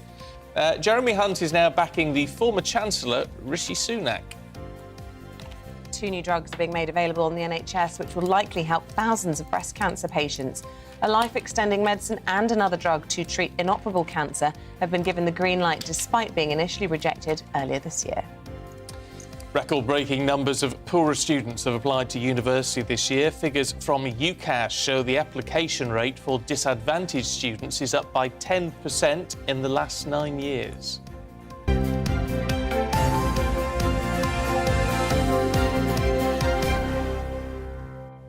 OK, we're going to take one last look at your papers this morning with the political editor of The Sun on Sunday, David Wooding, and the broadcaster, Liz Kershaw. Welcome back to both of you. Liz, let's start, shall we, carrying on talking about this leadership battle. The Daily Mail leading on arguments behind Liz Truss, unite now or we lose her, according to the right of the party. Well, David and I thought we'd talk in this section about how it's going to pan out now with manoeuvres behind the scenes and lending votes to each other people and scheming. And we've, David's got his insights because he spends his time in the Commons. He's met all these people. I'm just a member of the electorate and also a member of the Conservative Party. Just a member of the Conservative Party. I mean, you're ultimately going to decide who's going to be the PM. Best 25 quid I've ever spent. It's only because when I knew that Theresa May was, for the chop, I thought, if I pay £25, I can have a say in who the next Prime Minister is. So that, it was a good investment, 25. Do you have an insight into how many Tory members there are? Because it's a closely guarded secret. Well, I've read... 180,000. It's anywhere between 160 and 200,000. It's gone up because of people like me, I think. I'm committed to this and I will be voting Conservative. So I've got two favourites. Go on. And they are... first of all, Rishi Sunak at no price at all. No. So my two are the two of the girls, Penny Morden and Liz Truss, and I'm still dithering. And I said, as long as we get a choice of one of them, at least, I'd be so angry if I'm faced with Rishi Sunak and neither of them. And the polls, as you've been discussing this morning, have shown that I'm dead common. 75% of members have the same feeling. They back Morden. So if the Parliamentary Conservatives, the MPs, have got any sense at all, they won't rob the membership of the opportunity. So how do they do it, David? Have they got any sense, David? Well, we had the one a few years ago when it was Ian Duncan-Smith versus Ken Clarke, and they backed Ian Duncan-Smith when he came, even though overwhelmingly the MPs backed Ken Clarke. We thought that overwhelmingly they would back Rishi Sunak, the MPs. Now, OK, he's got the most votes at the moment, 88, and his nearest contender is Penny Morden with 67. But we thought he should be into 120 by now with the MPs. You've got to get, about 119 to secure a place in the yes, last two? He's going to get there. We journalists are looking at where are Jeremy Hunt's votes going to go. There's 18. Hasn't he declared for Rishi Sunak? He has, so he will take a lot of his over. Maybe one or two might go with Tom Tugendhat. And then Nadeem Zahawi, again, it's where they declare for afterwards. Then and this splash in the Mail this morning, unite now or we lose. Liz Truss tells the Tory right. She's clearly saying, look, if some of you are backing Suella Braverman and some of you are backing Kemi Badenoch, we're all the right of the party are not going to be in the final runoff. And there's 72 votes there going spare. Is Penny Morden not considered right of the party? Well, Liz is putting herself as the right wing. Strange enough, they're both putting themselves up as Thatcherite, the new Margaret Thatcher. Also, Rishi Sunak trying to claim that with all the parallels between his childhood and also the way he said Thatcher wouldn't be raising taxes at this point in the economy as well. So they're all trying to engender a bit of... Sorry, his childhood. What was childhood? Well, because he was the son of a shop-facing... Sunak's pharmacy. Work. Yeah.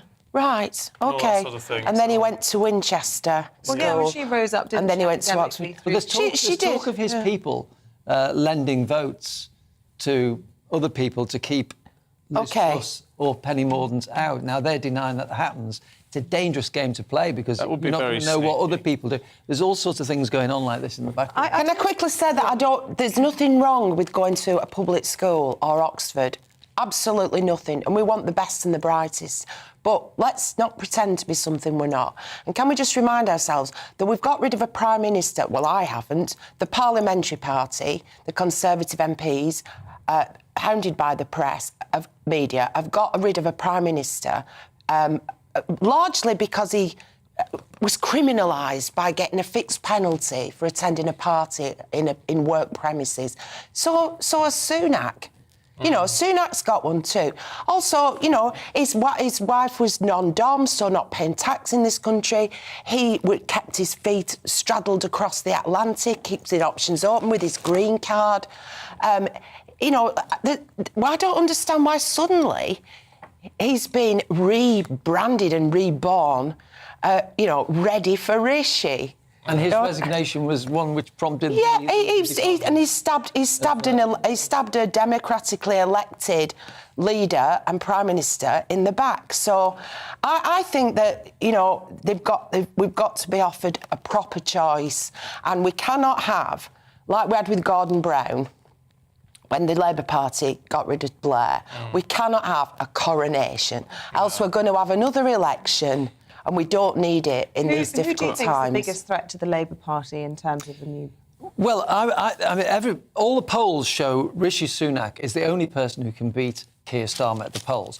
But, because there was a poll, a YouGov poll, and it pitched all of them against Keir Starmer. And the only one who beat Keir Starmer was Rishi Sunak. But that's because he's recognised. So if suddenly Penny Morden became Prime Minister, within a week she'd be the most recognised woman.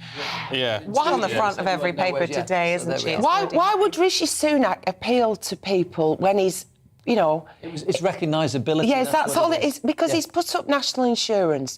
So that doesn't affect the poorest people under the tax threshold. It doesn't affect the unemployed. It doesn't affect the retired, whose investments is what they live on, and pensions. It affects families who are going out, possibly a couple, both of them, to work, kids at school, and he's taking 1% more. He's not raised the threshold on tax, so more and more people are now paying 40% tax.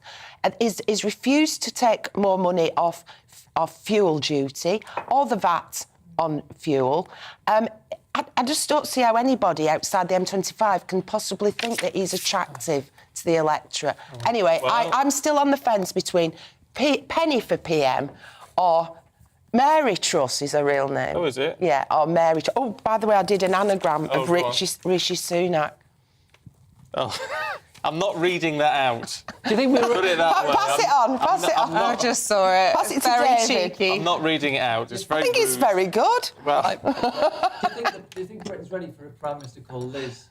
Liz. Well, we've got a Queen.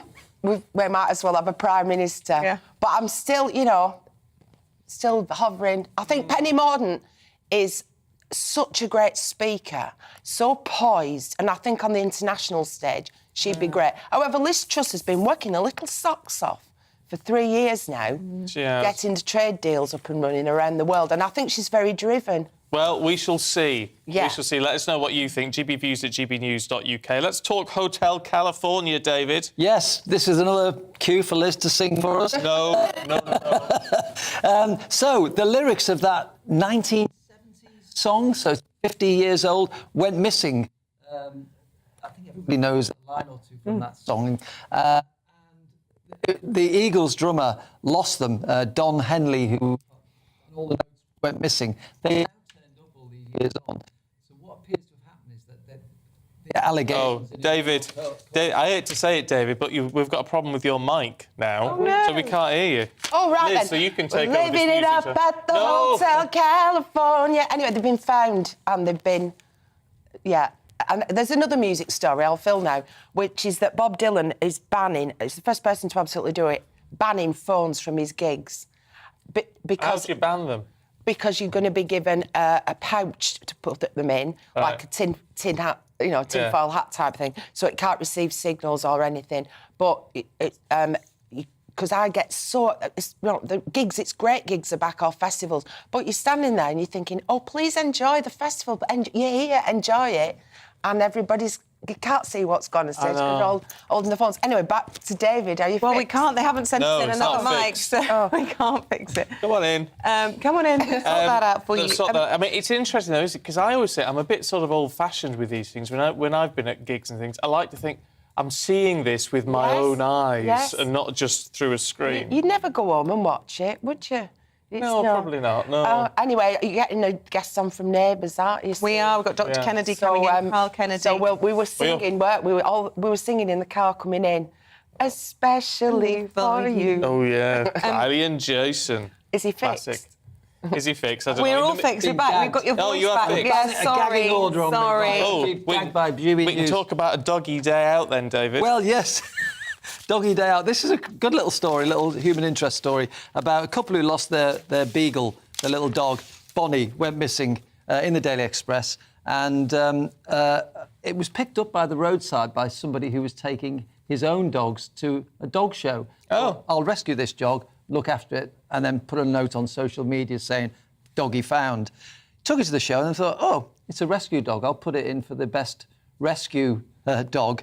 And it won a prize. So within 24 hours, it was returned to its owners wearing a rosette for the best, rescue dog. So I just think that's a cute little story, a happy ending. The dog comes back with a prize. Oh, we all need stories like he that. only knows it's a rescue. It might not be a rescue dog. But He just literally rescued. Let's squeeze in another story from you, David, because we lost you for a moment there. Should we talk about the Hanging Gardens of Weston-super-Mare? This is in the Daily Mail today. Yes. Quite Babylon, is it? Great. This is great. It's the picture that caught my eye rather than anything else. It's a rusty old oil rig in Weston-super-Mare, which is going to be changed into a huge tourist attraction with trees and ladders going up and gardens and hanging wisteria and all sorts of things.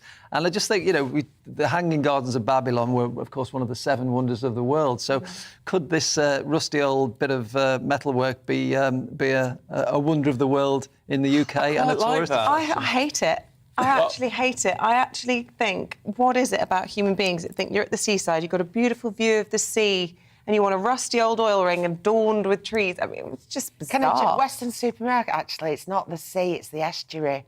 It's brown water, but it is still beautiful. You've got pretty Victorian piers, although that burnt down fairly recently, didn't it? So perhaps not the views, that thing at, I think it sounds very nice. They had that one at Hyde Park Corner, which... a mound. Which was a mound. The mound. It was very weird, wasn't it? It was a very similar thing. 20 quid to walk up a mound or something. Very strange one, London's that was. worst tourist We are attraction. funny old creatures, aren't we? Oh, I think it'd be quite nice. Adorned with wisteria and clematis and all that. Well, you only have to come to my house for all that, don't you? Well, I only have to go up my own back garden. Your garden's, having a garden off now. It's like Hampton Court. Very nice. Your lawn is perfect. You've got beautiful furniture. Yeah. Decorative, mesmerising, like a mesmerising wind thing that goes like a peacock feathers. Oh, it's very, It doesn't have a bluebell very wood, nice. though, Liz. Pardon? Betty doesn't have a bluebell wood. No. I don't have a bluebell wood, no. Or a bushy clematis like his yours. decking's not all dropping to bits. No, it's not. Your clematis is quite something. Well, it has been said, Isabel.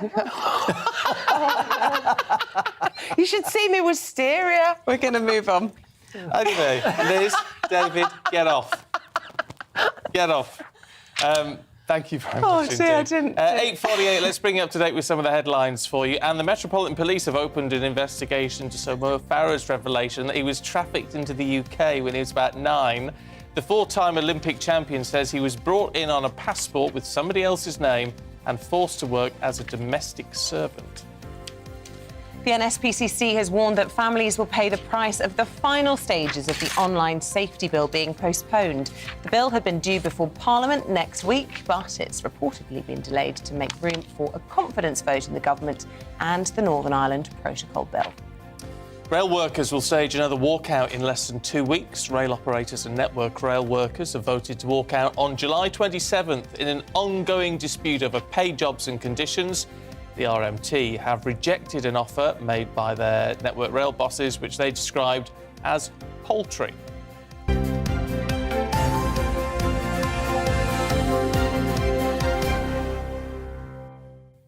Now, they say everybody needs good neighbours, but sadly, Neighbours, which is known for that famous theme tune, is coming to an end after 37 years on air. I mean, that's my childhood. Honestly, I just grew up watching Well, the cast, as you know, there's some very famous names in that cast, including Alan Fletcher, who's played Dr. Carl Kennedy for 28 years. We'll talk to him in just a moment, but first, who could forget this classic moment when Carl savagely broke the news about his love child with girlfriend Isabel, not you, to his wife, I remember Susan. this moment. I'm sure we're all mature enough and adult enough to deal with this in an adult way. And it certainly doesn't mean I'll be less of a father to Libby, or Mal, or Billy. What? I need you to leave. Of course. I appreciate you being so understanding. It's a great relief.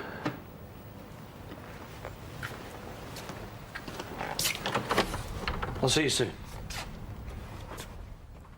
Oh, Alan is here.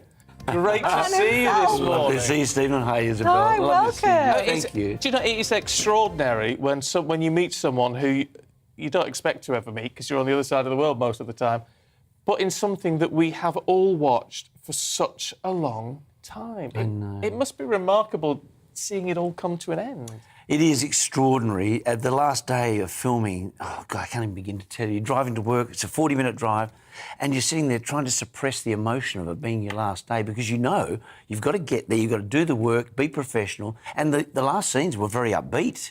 So, you know, you've got to keep all that down. And then suddenly you hear someone say, OK, cut, that's a wrap. Yeah, and that's it. And that's it. You think that is it? So I quickly grabbed a photograph from the bookshelf, which belongs to me. So I thought, I can't leave that behind. And trophies. A few trophies, and that's it. Oh, gosh. And to have been in the series for so long, I mean, you had your on-screen family, but presumably in many ways, Susan, your wife, felt, you know, like your own family. I mean, I always associate you two together in spite of what was going on there, because you did get back together after that so many incident times. with Izzy, on and on again and off again. Yes, I think we married 3 times.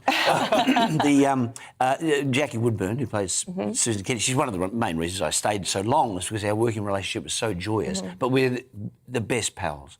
We worked together first in the early 80s, actually, on a cop show. She played my sister. Oh, right. So when I heard that she was playing Susan Kennedy, I was absolutely over the moon. In fact, I prank called her, pretending to be a journalist, to ask her how she felt about being cast in Neighbours. Really? Yeah. That's brilliant. How did she feel? Oh, she worked it out. It was me pretty quick. Oh, right. I tell you what, I always thought it was a shame that you two kept falling out and getting back, in the sense that as a couple, Carl and Susan always just seem to work. I just really like them as a couple. It's true. Although, I mean, you know, the foibles of marriages are such often that people do fall apart or whatever. And I think that the audience related to the fact that no one was ever malicious in any of these breakups. It's just that they've really struggled with certain aspects of life, but they always found their way back to each other. Now, it's that little-known fact. I got someone on Twitter last night saying, do not ask Alan about this, and do not ask him about...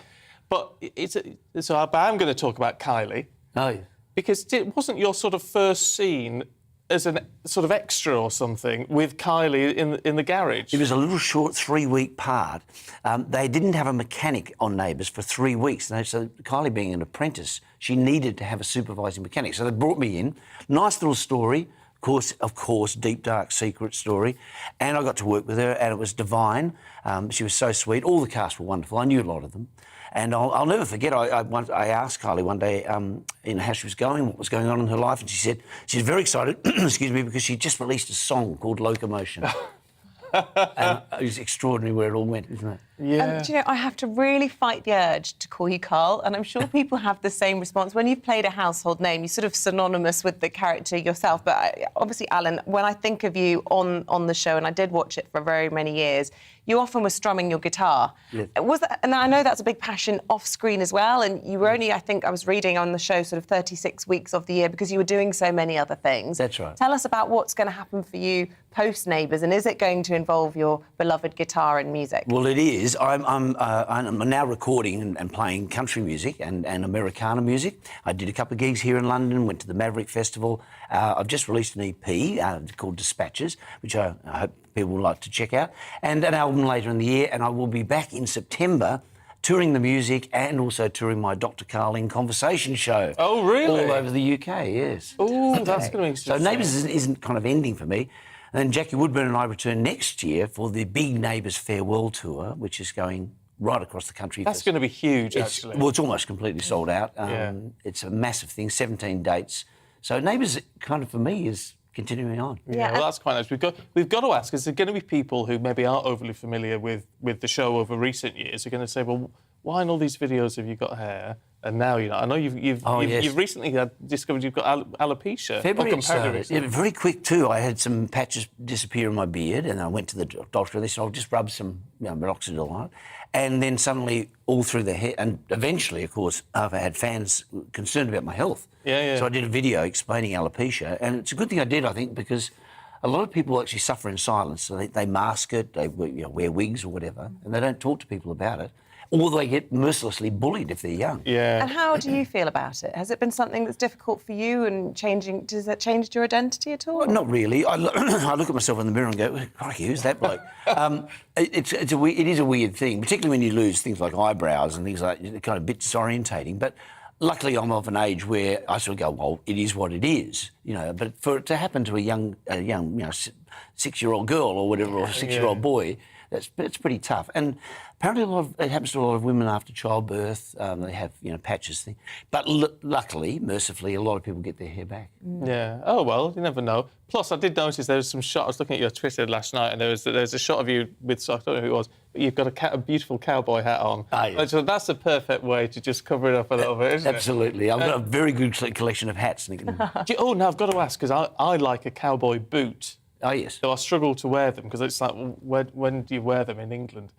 But do you have a selection of boots? I have one pair of boots. Well, I have two pairs, actually. But one of them is actually Tony Lamos boots. He's a very famous cowboy boot maker. But they're one size too small for me. Oh, no, nightmare. So I can only wear them for kind of like 15 minutes, Oh, what size foot are you? I'm a 10. Oh, well, I'm a 9. All right. So, I'll send you the boots. Perfect.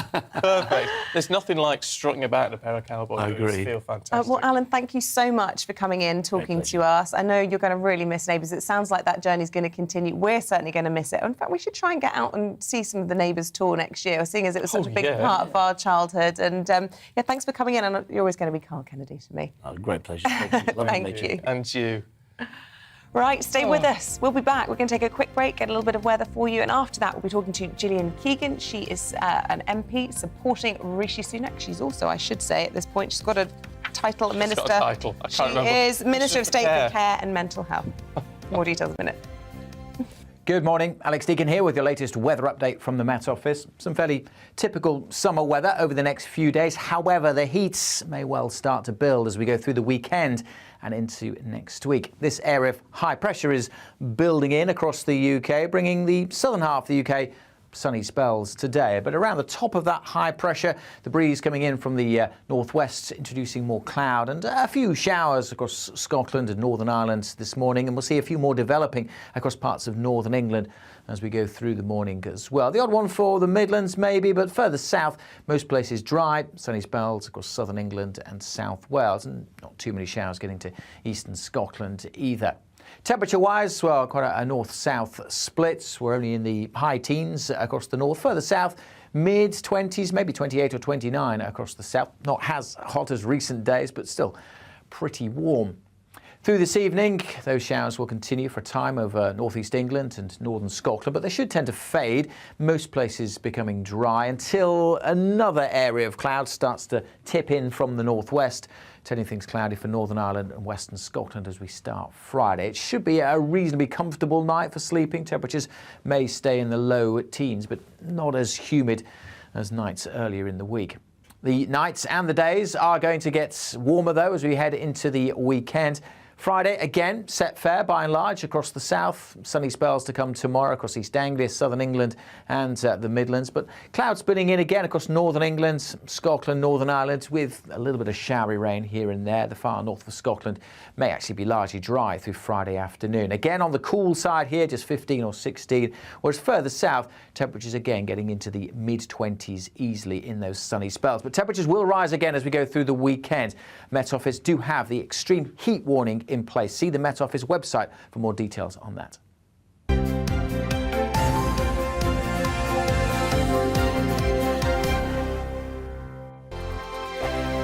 We are GB News. We're right across this great nation.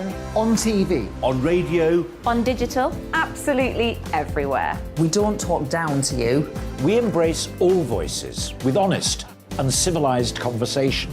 We are not part of the establishment. We're one of you.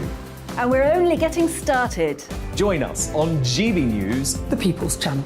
Britain's news channel.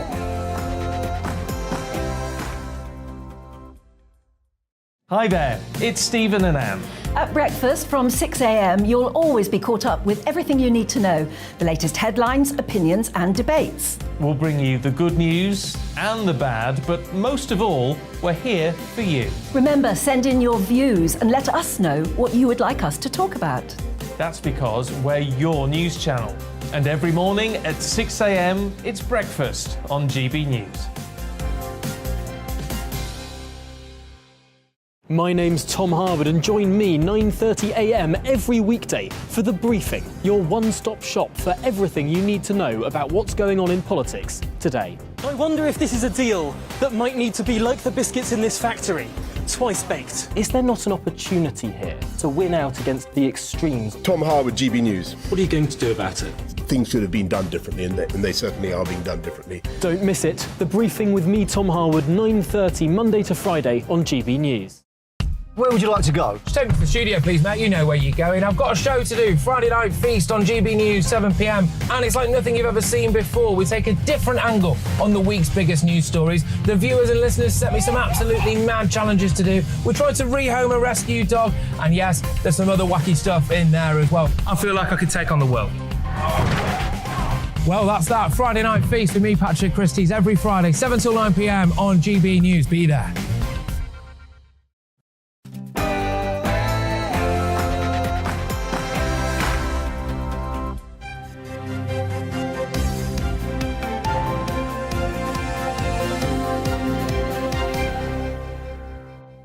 Six candidates remain in the race for number 10 as Penny Morden overtakes Liz Truss.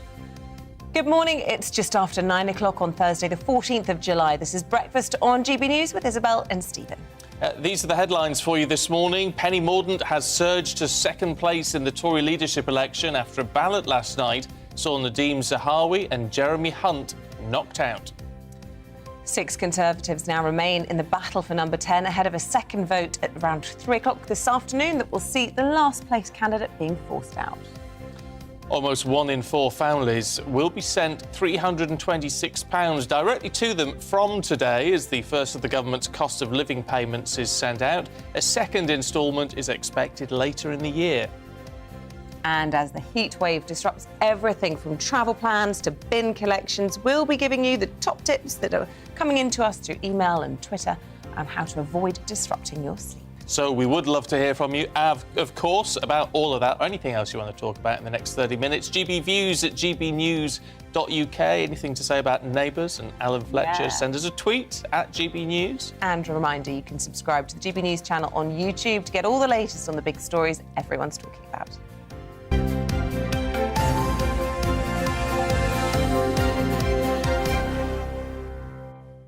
What a lovely fella Alan Fletcher was. Wasn't he? I mean, like, genuinely, really You know, when you lovely. meet some of your heroes, childhood heroes, it's sometimes, disaster. not what with Alan. He was great. Was lovely. Anyway, what do you think about the Tory party leadership contenders? Are they all lovely? Does that really matter, or just want a politician who's hard and gets on with the job? Former Defence Secretary Penny Morden has surged into second place in that leadership election after the first ballot that saw Jeremy Hunt and Nadeem Zahawi knocked out. Penny Morden secured 67 votes, passing Liz Truss, who received 50, and frontrunner Rishi Sunak currently leads the pack with 88. The second ballot will take place today. The last place candidate after that is going to be knocked out. Well, a little bit earlier on, we spoke to the CEO of Ipsos UK in Ireland, Kelly Beaver. Level of awareness about each of the candidates is really quite telling. Rishi Sunak, 6 in 10 say that they know who he is fairly or very well. But beneath the surface of him, you have people, including both Truss herself and Mordaunt, who have substantively lower. So Mordaunt is only 1 in 5 people say they know who she is. And when we test the public truly, and we do test them in our survey, and we give them the name of a candidate who's not an actual candidate, so we put in a fictional candidate, you really understand the level of overclaim you see in the awareness ratings as well. So we give a candidate...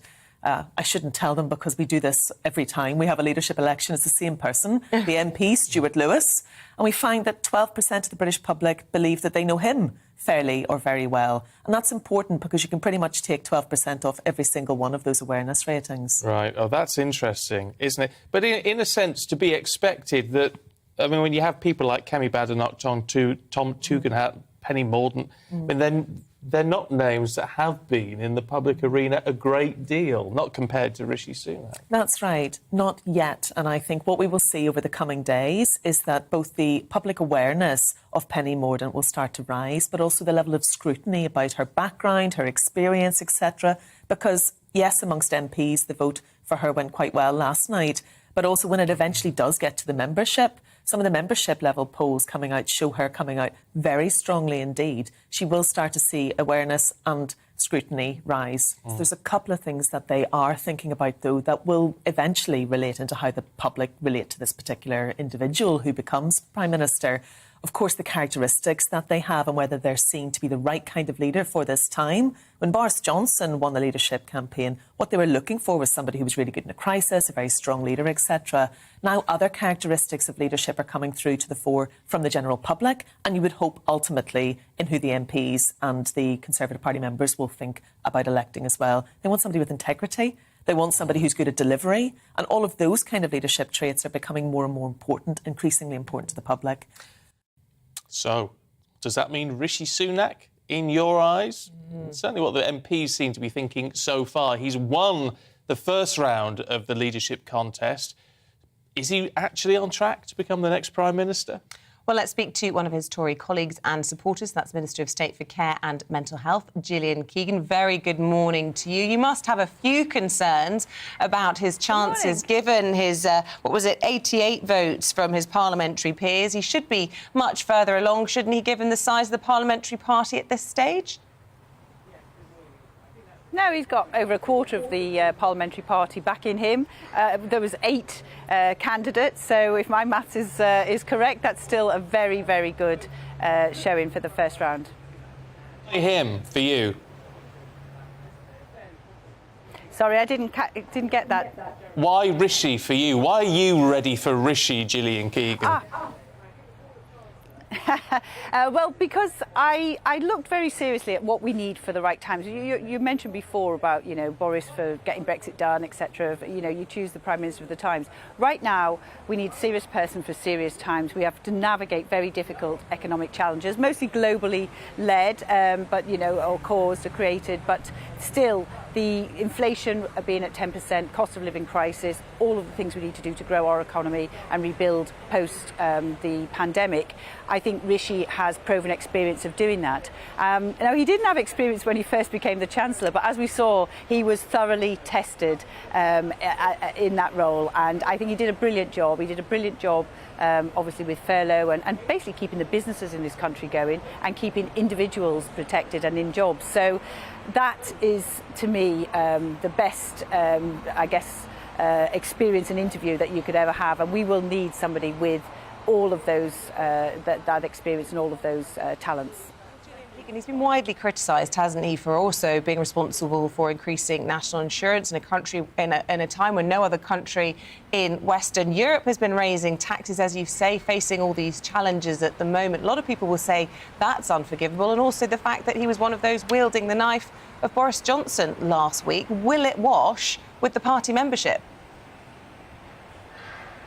Well, I think the first thing about the taxes is he actually raised the threshold for national insurance, so that did lower taxes. But the actual health and social care levy, as the social care minister, I think it's really important that we both fix the backlog in the NHS. We've seen in many of our own personal experiences and in the news headlines the impact that that's having at the moment. And we also need to fix social care. We're an ageing society. Our demographics, all the demographics of most countries around the world as people live longer, which is fantastic. But we need to make sure we have a sustainable social care system. And as the Minister for that, still doing that job every day, it's really important. So anyone who says, we all voted on that, by the way, but anyone who says they don't want to do that, they have to figure out where they get the money from. Because we still need to catch up on the NHS and we still need to reform social care. But one of the criticisms, certainly of Boris Johnson, but most definitely of Rishi Sunak and what's happened over the last couple of years, is a real sense from the membership of your party that this is not really what you would call a Conservative government anymore. Now, some of the other candidates seem determined to address that. Rishi wouldn't do. Well, no, he would, but what he said is it goes in this order: tackle inflation, tackle the cost of living, grow the economy, and then cut taxes. If you do that the wrong way round, you cut taxes first, you will actually potentially feed into rising inflation and therefore also rising interest rates, which would probably impact people even more. So a lot of the sound economists, know this. So yes, absolutely, he wants to cut taxes and he will cut taxes. But we need to make sure we don't fuel inflation, we don't fuel interest rates rises, and we tackle the cost of living crisis first. That's the biggest and first priority. Lots of people who are much more financially literate or fiscally literate than me, or maybe even, dare I say, you, have accepted that perhaps this isn't the time to be cutting taxes. Norman Lamont came out, former Chancellor, in support from even William Hague, saying the same this week. But isn't this the problem, that he's not being able to win over the wing of the party that ultimately hold the keys to number 10? He needs to work harder behind the scenes, perhaps, in who he's getting in support for him. How helpful is it going to be, for example, to have ardent Remainer Jeremy Hunt now in his team? Doesn't he need a kingmaker perhaps like Ben Wallace to support him? Well, if you look at Rishi, actually, he's got people from all across the spectrum, north, south, red wall seats, shire seats, all different wings of the party, all different views on Brexit, different views on many different issues. He's actually united quite a large coalition. And as you say, he's also had pretty much every former Chancellor who is a Conservative Chancellor who is still alive saying that is the right thing to do for this time. This is what we would be doing. This is the sensible approach. In terms of Jeremy Hunt said something I thought was actually quite lovely. He said, I've worked in politics and with lots of people for a long time, and I've never met anybody with as much integrity, trust, and honesty and decency as Rishi Sunak. That's a lovely thing for anyone to say about you, but that is true. That's what you do get with Rishi. He's very open, he's very transparent, and he's also really, really experienced and proven, and actually really good. I'd be very proud if he was our Prime Minister. What do you make then? What would you say to the Conservative Party membership who, when polled, it's almost anyone but Rishi, isn't it? It seems whoever he's put up against, particularly Penny Morden, followed by Liz Truss, followed by Kemi Badenoch, it looks like they'd beat him. Well, that's one poll, but to be honest, the polls are highly unreliable at this point. What will really be the test is the last two candidates will go to hustings all over the country for Conservative members, at least 5, but I believe there may even be more than that now, and they will be put through the ringer, so that it'll be grueling. They'll be put under a lot of pressure, a lot of scrutiny from you guys as well. There'll also be debates which will involve some members of the public. So this is what will happen, and at that point the Conservative Party members are very open-minded. They realise the magnitude of the decision they're making. We're choosing a Prime Minister for our country, and actually one of the leading countries, the most influential countries in the world at the time when there's massive global challenges. They understand the magnitude of that. They will take that decision very carefully. The snap polls now are not what you need to look at. What you need to look at is how those hustings go and how people feel at the end of those hustings. That's the only thing that matters.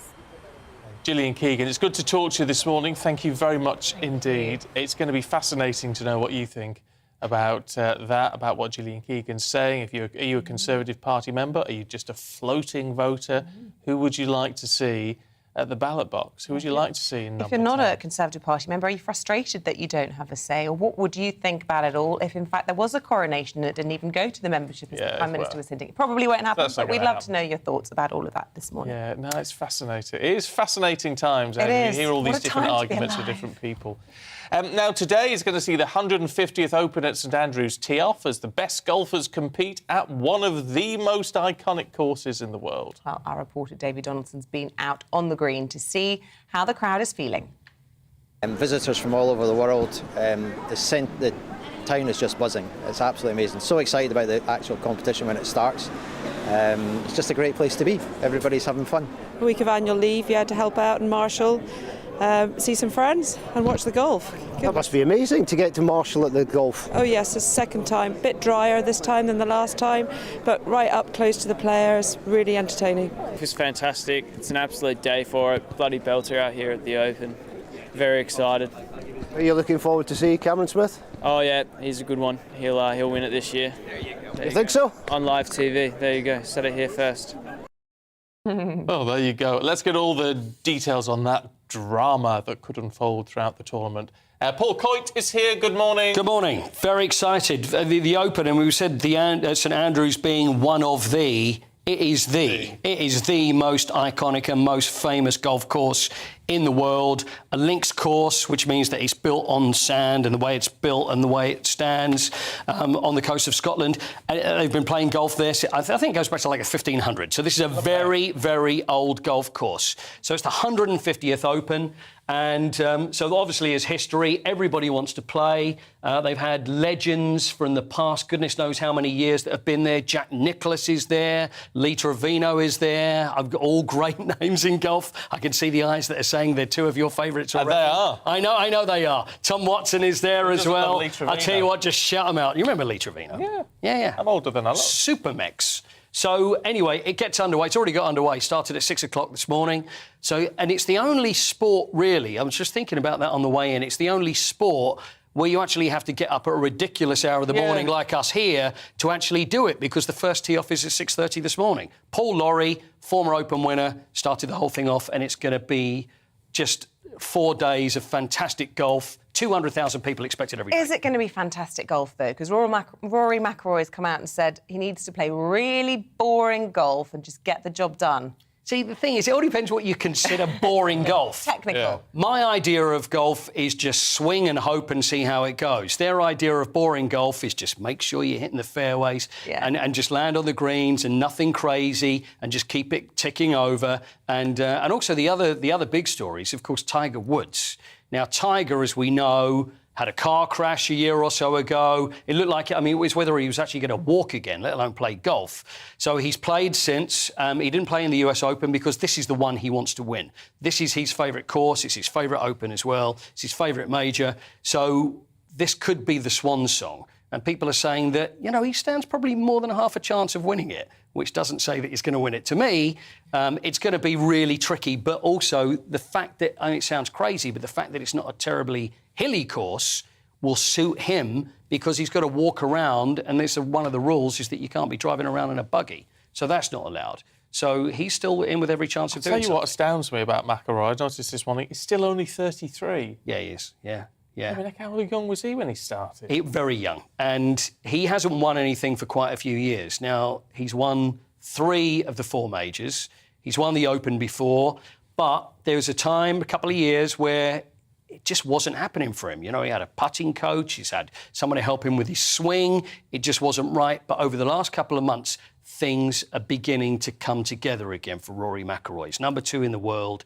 And, he stands a great chance of winning. Stands a very good chance of winning. But it's always a difficult thing to call, because there's so many players, and also conditions make a difference. So it's always very early to be able to call a winner is always going to be hard. So once the cut comes, a couple of days in, then you can start looking and thinking, that's who it looks like. Sounds like you're talking about the Tory party leadership there. You know what? It's not a million miles away, is it? It's not a million miles away. Paul Coit, thank you very much. Enjoyed that.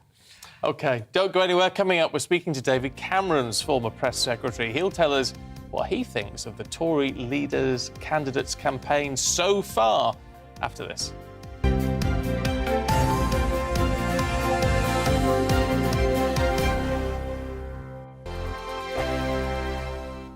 We are GB News. We're right across this great nation. On TV. On radio. On digital. Absolutely everywhere. We don't talk down to you. We embrace all voices with honest and civilised conversation. We are not part of the establishment. We're one of you. And we're only getting started. Join us on GB News, the People's Channel.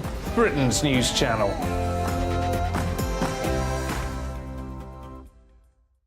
Hi there, it's Stephen and Anne. At breakfast from 6 a.m, you'll always be caught up with everything you need to know. The latest headlines, opinions and debates. We'll bring you the good news and the bad, but most of all, we're here for you. Remember, send in your views and let us know what you would like us to talk about. That's because we're your news channel. And every morning at 6 a.m, it's breakfast on GB News. My name's Tom Harwood and join me 9:30 a.m. every weekday for The Briefing, your one-stop shop for everything you need to know about what's going on in politics today. I wonder if this is a deal that might need to be like the biscuits in this factory, twice baked. Is there not an opportunity here to win out against the extremes? Tom Harwood, GB News. What are you going to do about it? Things should have been done differently, and they certainly are being done differently. Don't miss it. The Briefing with me, Tom Harwood, 9:30 Monday to Friday on GB News. Where would you like to go? Just take me to the studio, please, Matt. You know where you're going. I've got a show to do. Friday Night Feast on GB News, 7 p.m. And it's like nothing you've ever seen before. We take a different angle on the week's biggest news stories. The viewers and listeners set me some absolutely mad challenges to do. We tried to rehome a rescue dog. And yes, there's some other wacky stuff in there as well. I feel like I could take on the world. Well, that's that. Friday Night Feast with me, Patrick Christie's, every Friday, 7 till 9 p.m. on GB News. Be there.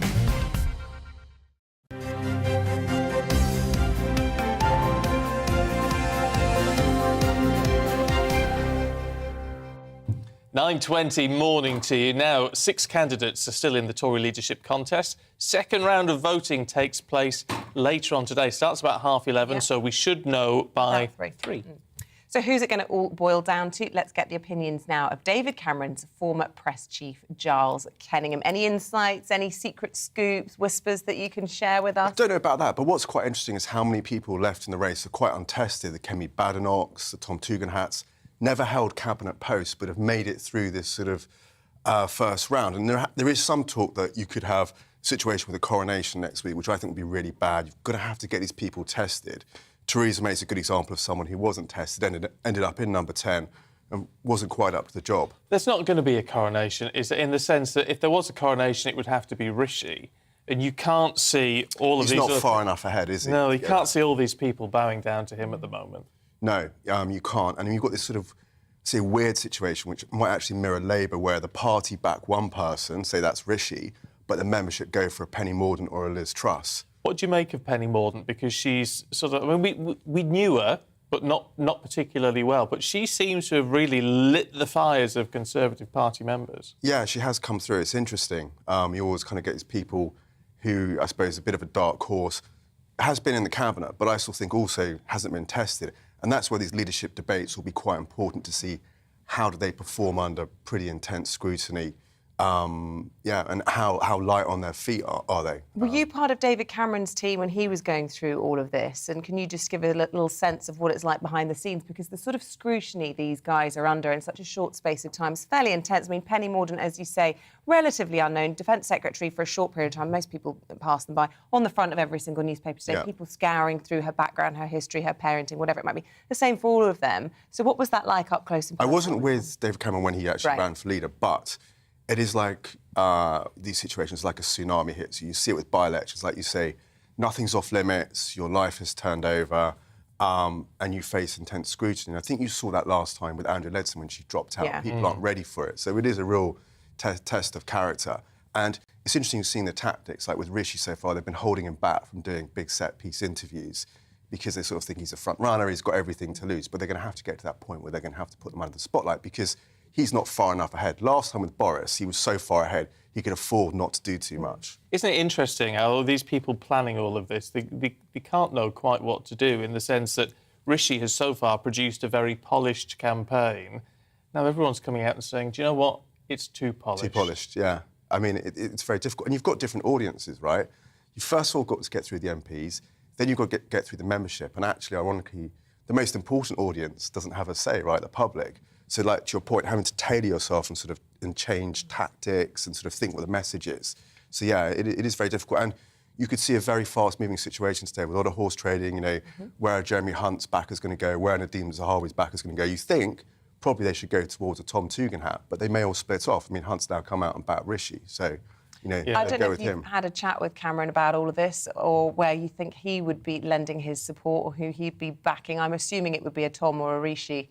I think he takes the view that former Prime Ministers should stay out of the limelight once they've left the state. Doesn't stop us speculating about where he might lend which I think is probably the right thing to do. When you've seen Theresa May, you've seen him, I don't think it's that helpful for them to sort of wade into the debate. Isn't it interesting, though, because he's an interesting comparison, in a way, David Cameron, in that he was in a sense, the sort of Penny Morden. Yeah, he came from nowhere. Wasn't he? Yeah, absolutely from nowhere. At a time when, I mean, David Davis was a known figure, and David Cameron came through as someone who was fresh blood, a real sort of fresh feel about him, which is what you could say about either Kemi Badenoch or Tugendhat.